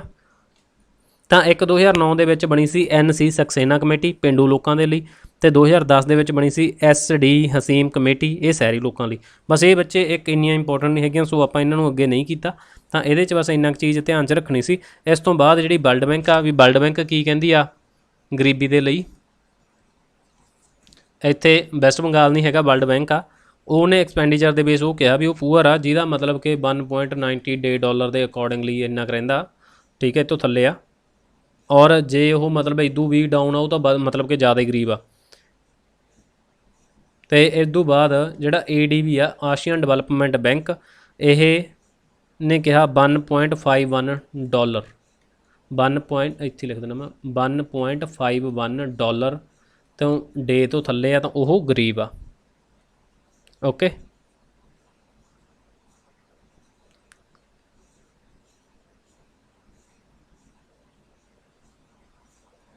ਬੱਚੇ ਦੇਖੋ ਅੱਗੇ ਗਰੀਬੀ ਜੀ ਆ ਜਿਹੜੀ ਕਈ ਤਰ੍ਹਾਂ ਦੀ ਹੁੰਦੀ ਆ। ਅਰਬਨ ਪੋਵਰਟੀ ਹੁੰਦੀ ਆ, ਰੂਰਲ ਪੋਵਰਟੀ ਹੁੰਦੀ ਆ, ਰਿਲੇਟਿਵ ਪੋਵਰਟੀ ਹੁੰਦੀ ਆ, ਐਬਸੋਲਿਊਟ ਪੋਵਰਟੀ ਹੁੰਦੀ ਆ, ਔਰ ਜਨਰੇਸ਼ਨਲ ਪੋਵਰਟੀ ਹੁੰਦੀ ਆ, ਸਿਚੁਏਸ਼ਨਲ ਪੋਵਰਟੀ ਹੁੰਦੀ ਆ। ਬਸ ਮੈਂ ਤੁਹਾਨੂੰ ਸਾਰਿਆਂ ਦੇ ਬਾਰੇ ਇੱਕ ਓਵਰਵਿਊ ਜਿਹਾ ਦੇ ਦੇਣਾ। ਜਿਹੜਾ ਹੁੰਦਾ ਆਪਣੇ ਸਿਚੁਏਸ਼ਨਲ ਹੁੰਦੀ ਆ, ਉਹ ਟੈਂਪਰੇਰੀ ਹੁੰਦੀ ਆ, ਜਿਵੇਂ ਕਿ ਕੋਈ ਡਿਜ਼ਾਸਟਰ ਆ ਗਿਆ, ਠੀਕ ਆ, ਸਿਚੁਏਸ਼ਨ ਦੇ ਅਕੋਰਡਿੰਗਲੀ ਪੈਦਾ ਹੋ ਗਈ, ਕੋਈ ਜੋਬਲੈਸ ਆ, ਹੈਲਥ ਪ੍ਰੋਬਲਮ ਦੇ ਕਰਕੇ ਹੋ ਗਈ, ਉਹ ਵਾਲੀ ਨੂੰ ਕਿਹਾ ਜਾਂਦਾ। ਔਰ ਜਿਹੜੀ ਜਨਰੇਸ਼ਨਲ ਹੁੰਦੀ ਆ, ਉਹ ਇਹ ਹੁੰਦੀ ਆ ਵੀ ਇੱਕ ਜਨਰੇਸ਼ਨ ਤੋਂ ਦੂਸਰੀ ਜਨਰੇਸ਼ਨ ਦੇ ਵਿੱਚ ਆ ਰਹੀ ਹੈ, ਕੰਪਲੀਕੇਟਡ ਹੁੰਦੀ ਆ, ਕਿਉਂਕਿ ਇਹਨਾਂ ਦੇ ਕੋਲੇ ਹੋਰ ਨਿਕਲਣ ਦੇ ਲਈ ਟੂਲ ਨਹੀਂ ਹੁੰਦਾ। ਜਿਵੇਂ ਕਿ ਮੰਨ ਲਓ ਕੋਈ ਕਿਸੇ ਪਿੰਡ ਦੇ ਵਿੱਚ ਰਹਿ ਰਿਹਾ, ਉਹ ਖੇਤੀ ਕਰ ਰਹੇ ਆ, ਤਾਂ ਉਹ ਨਾ ਪੜ੍ਹੇ ਲਿਖੇ ਆ, ਨਾ ਕੋਈ ਉਹਨਾਂ ਨੇ ਹੋਰ ਕੋਈ ਕੰਮਕਾਰ ਕੀਤਾ, ਸੋ ਉਹ ਖੇਤੀ ਦੇ ਵਿੱਚ ਹੀ ਪਏ ਹੋਏ ਆ, ਸਾਰਾ ਪਰਿਵਾਰ ਉਹਨਾਂ ਦਾ, ਤਾਂ ਉਹ ਨਿਕਲ ਨਹੀਂ ਸਕਦੇ। ਜਨਰੇਸ਼ਨਲ ਪੋਵਰਟੀ ਹੁੰਦੀ ਆ। ਵੈਸੇ ਤਾਂ ਬੱਚੇ ਐ ਨਹੀਂ ਕਹਿ ਰਹੇ ਵੀ ਆਪਾਂ ਜਿਹੜੇ ਖੇਤੀ ਕਰਦੇ ਆ ਵੀ ਉਹ ਗਰੀਬ ਆ, ਬਟ ਤੁਹਾਨੂੰ ਇੱਕ ਐਗਜ਼ਾਮਪਲ ਦਿੱਤੀ ਆ। ਜਾਂ ਕੋਈ ਮਤਲਬ ਕਿ ਕੋਈ ਟੋਕਰੇ ਬਣਾ ਰਿਹਾ, ਉਹਦਾ ਕੰਮ ਕਰ ਰਿਹਾ, ਤਾਂ ਉਹ ਮਤਲਬ ਕਿ ਜਿਹੜਾ ਇੱਕ ਜਨਰੇਸ਼ਨ ਤੋਂ ਦੂਸਰੀ ਜਨਰੇਸ਼ਨ ਕਰਦੀ ਆ, ਤਾਂ ਉਹਨੂੰ ਕਿਹਾ ਜਾਂਦਾ ਜੇ ਉਹ ਮਤਲਬ ਕਿ ਗਰੀਬੀ ਰੇਖਾ 'ਚ ਆਉਂਦੇ ਆ। ਤਾਂ ਇਸ ਤੋਂ ਬਾਅਦ ਜਿਹੜੀ ਐਬਸੋਲਿਊਟ ਹੁੰਦੀ ਆ, ਜਦੋਂ ਕੋਈ ਆਪਣੀ ਬੇਸਿਕ ਨੀਡਸ ਨੇ ਜਿਹੜੀਆਂ, ਉਹਨਾਂ ਨੂੰ ਪੂਰਾ ਕਰਨ ਤੋਂ ਇਨਕਮ ਘੱਟ ਮਿਲਦੀ ਆ ਉਹਨੂੰ, ਠੀਕ ਆ, ਤਾਂ ਮਤਲਬ ਉਹ ਐਬਸੋਲਿਊਟ ਗਰੀਬ ਹੁੰਦਾ। ਤਾਂ ਇਹਦੇ 'ਚ ਉਹਨੂੰ ਕਲੀਨ ਵਾਟਰ, ਹੈਲਥ, ਸ਼ੈਲਟਰ, ਇਹੋ ਜਿਹੀਆਂ ਚੀਜ਼ਾਂ ਨੇ ਜਿਹੜੀਆਂ ਮਤਲਬ ਕਿ ਪ੍ਰੋਪਰ ਨਹੀਂ ਮਿਲਦੀਆਂ। ਇਸ ਤੋਂ ਬਾਅਦ ਰਿਲੇਟਿਵ ਪੋਵਰਟੀ ਹੁੰਦੀ ਆ, ਉਹ ਗਰੀਬੀ ਜਿੱਥੇ ਰਹਿੰਦੇ ਉੱਥੇ ਹੀ ਐਵਰੇਜ ਲਾਈਫ ਲਈ ਬਣੇ ਰਹਿੰਦੇ ਆ, ਮਤਲਬ ਕਿ ਘੱਟ ਇਨਕਮ ਹੁੰਦੀ ਆ, ਉਹ ਹੁੰਦੀ ਆ ਰਿਲੇਟਿਵ ਪੋਵਰਟੀ। ਔਰ ਜਿਹੜੀ ਰੂਰਲ ਪੋਵਰਟੀ ਹੁੰਦੀ ਆ, ਉਹ ਏਰੀਆ ਜਿੱਥੇ ਜੋਬ ਦੇ ਮੌਕੇ ਬਹੁਤ ਘੱਟ ਹੁੰਦੇ ਆ, ਸਰਵਿਸ ਦੀ ਘਾਟ ਹੁੰਦੀ ਆ, ਤਾਂ ਉੱਥੇ ਇਹ ਵਾਲੇ ਸਿੱਖਿਆ ਦੇ ਮੌਕਿਆਂ ਦੀ ਘਾਟ ਹੁੰਦੀ ਆ। ਅਤੇ ਜਿਹੜੀ ਅਰਬਨ ਪੋਵਰਟੀ ਆ ਬੱਚੇ, ਉਹ ਮੈਟਰੋਪੋਲੀਟਨ ਏਰੀਆ 'ਚ ਹੁੰਦਾ, ਜਿੱਥੇ ਮਤਲਬ ਕਿ ਪਾਪੂਲੇਸ਼ਨ ਆ 50,000 ਤੋਂ ਉੱਪਰ ਹੋਵੇ, ਔਰ ਲਿਮਟਿਡ ਅਸੈਸ ਟੂ ਹੈਲਥ ਹੋਵੇ, ਐਜੂਕੇਸ਼ਨ ਘੱਟ ਹੋਵੇ, ਹਾਊਸਿੰਗ ਐਂਡ ਸਰਵਿਸ ਪੂਰੀ ਤਰ੍ਹਾਂ ਨਾ ਹੋਵੇ, ਸੋਸ਼ਲ ਪ੍ਰੋਟੈਕਸ਼ਨ ਦੀ ਘਾਟ ਹੋਵੇ। ਤਾਂ ਇਹ ਵਾਲੇ ਸੀਗੇ ਬੱਚੇ ਪੋਵਰਟੀ ਟੌਪਿਕ ਤੁਹਾਨੂੰ ਨਾਲ ਕਰਵਾਇਆ। ਬੈਲੈਂਸ ਆਫ ਪੇਮੈਂਟ ਆ ਜਿਹੜਾ ਤੁਹਾਡਾ, ਇਹਨੂੰ ਵੀ ਆਪਾਂ ਕਵਰ ਕਰਨ ਦੀ ਕੋਸ਼ਿਸ਼ ਕੀਤੀ ਆ। ਆਈ ਥਿੰਕ ਤੁਹਾਨੂੰ ਇਹ ਚੀਜ਼ ਕਲੀਅਰ ਹੋਊਗੀ। ਇਸ ਤੋਂ ਬਾਅਦ ਬੱਚੇ ਆਪਣੇ ਇਹਦੇ 'ਚ ਆਪਣਾ ਬਚੂਗਾ ਤੁਹਾਡਾ ਨੈਸ਼ਨਲ ਇਨਕਮ, ਅਤੇ ਜਿਹੜੀਆਂ ਆਪਣੇ ਇੱਕਾ ਦੁੱਕਾ ਬੈਂਕ ਬਚਦੇ ਆ ਉਹਨਾਂ ਦੇ ਬਾਰੇ ਗੱਲ ਕਰਾਂਗੇ। ਜਿਵੇਂ ਕਿ ਮੈਂ ਤੁਹਾਨੂੰ ਕਿਹਾ ਸੀ ਵੀ ਆਪਾਂ SIDB ਆ, ਉਹਦੇ ਬਾਰੇ ਗੱਲ ਕਰਨੀ ਆ। RRB, ਉਹ ਬੈਂਕ ਨੇ ਆਪਣੇ, ਉਹਨਾਂ ਦੇ ਬਾਰੇ ਗੱਲ ਕਰਨੀ ਆ। ਔਰ NTGS ਵਗੈਰਾ ਜਿਵੇਂ ਹੁੰਦੇ ਆਪਣੇ, ਉਹਨਾਂ ਦੇ ਬਾਰੇ ਗੱਲ ਕਰੂੰਗਾ ਮੈਂ ਤੁਹਾਨੂੰ। ਲਾਇਸੈਂਸ ਕਿਵੇਂ ਮਿਲਦਾ, ਉਹ ਹੋ ਗਿਆ। ਤਾਂ ਇਹ ਬੱਚੇ 1-2 ਵੀਡੀਓ ਦੇ ਵਿੱਚ ਮੈਂ ਤੁਹਾਨੂੰ ਕਵਰ ਕਰਵਾ ਦੂੰਗਾ। ਬਸ ਥੋੜ੍ਹਾ ਜਿਹਾ ਹੈਲਥ ਇਸ਼ੂ ਦੇ ਕਰਕੇ ਬੱਚੇ ਵੀਡੀਓ ਜਿਹੜੀ ਇੱਕ ਵੀਡੀਓ ਆ ਰਹੀ ਆ ਤੁਹਾਡੇ ਲਈ, ਆਪਾਂ ਇੰਨਾ ਕੁ ਕਰ ਰਹੇ ਹਾਂ। ਬਾਕੀ ਜਿਹੜੇ ਸ਼ਾਰਟ ਵਗੈਰਾ ਪਾਏ ਜਾਂਦੇ ਆ, ਕਮਿਊਨਿਟੀ ਪੋਸਟ ਪਾਈਆਂ ਜਾਂਦੀਆਂ ਨੇ ਬੱਚੇ, ਉਹਨਾਂ ਨੂੰ ਤੁਸੀਂ ਰਿਪਲਾਈ ਜ਼ਰੂਰ ਕਰਿਆ ਕਰੋ, ਤਾਂ ਜੋ ਬਾਕੀਆਂ ਨੂੰ ਪਤਾ ਲੱਗੇ ਵੀ ਤੁਸੀਂ ਕੁਛ ਸਿੱਖ ਵੀ ਰਹੇ ਹੋ, ਠੀਕ ਆ। ਬਾਕੀ ਬੱਚੇ ਅਗਰ ਤੁਹਾਨੂੰ ਕੰਟੈਂਟ ਚੰਗਾ ਲੱਗਿਆ, ਅੱਜ ਜਿੰਨਾ ਤੁਹਾਨੂੰ ਕਰਾਇਆ ਸਮਝ ਆ ਗਿਆ ਆਸਾਨੀ ਦੇ ਨਾਲ, ਦੈਨ ਜਿਨ੍ਹਾਂ ਨੇ ਚੈਨਲ ਸਬਸਕ੍ਰਾਈਬ ਨਹੀਂ ਕੀਤਾ, ਉਹ ਚੈਨਲ ਨੂੰ ਸਬਸਕ੍ਰਾਈਬ ਜ਼ਰੂਰ ਕਰ ਲਿਓ। ਨਾਲ ਹੀ ਜਿਨ੍ਹਾਂ ਨੇ ਹਜੇ ਤੱਕ ਵੀ ਬੱਚੇ ਵੀਡੀਓ ਨੂੰ ਲਾਈਕ ਨਹੀਂ ਕਰਿਆ, ਉਹ ਵੀਡੀਓ ਨੂੰ ਲਾਈਕ ਜ਼ਰੂਰ ਕਰਿਓ। ਔਰ ਟੈਲੀਗ੍ਰਾਮ ਨੂੰ ਜੁਆਇਨ ਜ਼ਰੂਰ ਕਰ ਲਿਓ। ਉਹਦਾ ਲਿੰਕ ਤੁਹਾਨੂੰ ਇੱਥੇ ਵੀ ਪ੍ਰੋਵਾਈਡ ਕਰਵਾਇਆ ਗਿਆ, ਔਰ ਉਹਦਾ ਲਿੰਕ ਡਿਸਕ੍ਰਿਪਸ਼ਨ ਦੇ ਵਿੱਚ ਵੀ ਪ੍ਰੋਵਾਈਡ ਕੀਤਾ। ਹਰ ਵੀਡੀਓ ਨੂੰ ਤੁਸੀਂ ਖੋਲ੍ਹ ਸਕਦੇ ਹੋ। ਔਰ ਬੱਚੇ ਵੀਡੀਓ ਨੂੰ ਐਂਡ ਤੱਕ ਜ਼ਰੂਰ ਦੇਖਿਆ ਕਰੋ, ਕਿਉਂਕਿ ਉਸ ਤੋਂ ਬਾਅਦ ਐਂਡ ਦੇ ਉੱਤੇ ਤੁਹਾਨੂੰ ਵੀਡੀਓ ਰਿਕਮੈਂਡ ਕੀਤੀ ਜਾਂਦੀ ਹੈ ਕਿ ਜੇ ਆਹ ਵੀਡੀਓ ਦੇਖ ਲਈ, ਇਹ ਤੋਂ ਬਿਨਾਂ ਤੁਸੀਂ ਆਹ ਵਾਲੀਆਂ ਵੀਡੀਓਜ਼ ਨੂੰ ਹੋਰ ਦੇਖੋ। ਤਾਂ ਉਹ ਵੀ ਤੁਹਾਡੇ ਐਗਜ਼ਾਮ ਓਰੀਐਂਟਡ ਨੇ, ਕਿਸੇ ਦੇ ਵਿੱਚ ਵੀ ਬੱਚੇ ਵਾਧੂ ਗੱਲ ਵਧਾ ਚੜਾ ਕੇ ਨਹੀਂ ਕੀਤੀ, ਟੂ ਦਾ ਪੁਆਇੰਟ ਸਾਰੀਆਂ ਵੀਡੀਓਜ਼ ਦੇ ਵਿੱਚ ਕੰਟੈਂਟ ਆ। ਤਾਂ ਸਾਰੀਆਂ ਵੀਡੀਓਜ਼ ਨੂੰ ਜਿਨ੍ਹਾਂ ਨੇ ਨਹੀਂ ਦੇਖਿਆ ਬੱਚੇ ਜ਼ਰੂਰ ਦੇਖਿਓ। ਔਰ ਵੀਡੀਓ ਦੇਖਣ ਦੇ ਲਈ ਥੈਂਕ ਯੂ। ਮਿਲਦੀਆਂ ਅਗਲੀ ਵੀਡੀਓ ਦੇ ਵਿੱਚ, ਤਦ ਤੱਕ ਲਈ ਸਭ ਨੂੰ ਬਾਏ ਬਾਏ, ਟੇਕ ਕੇਅਰ।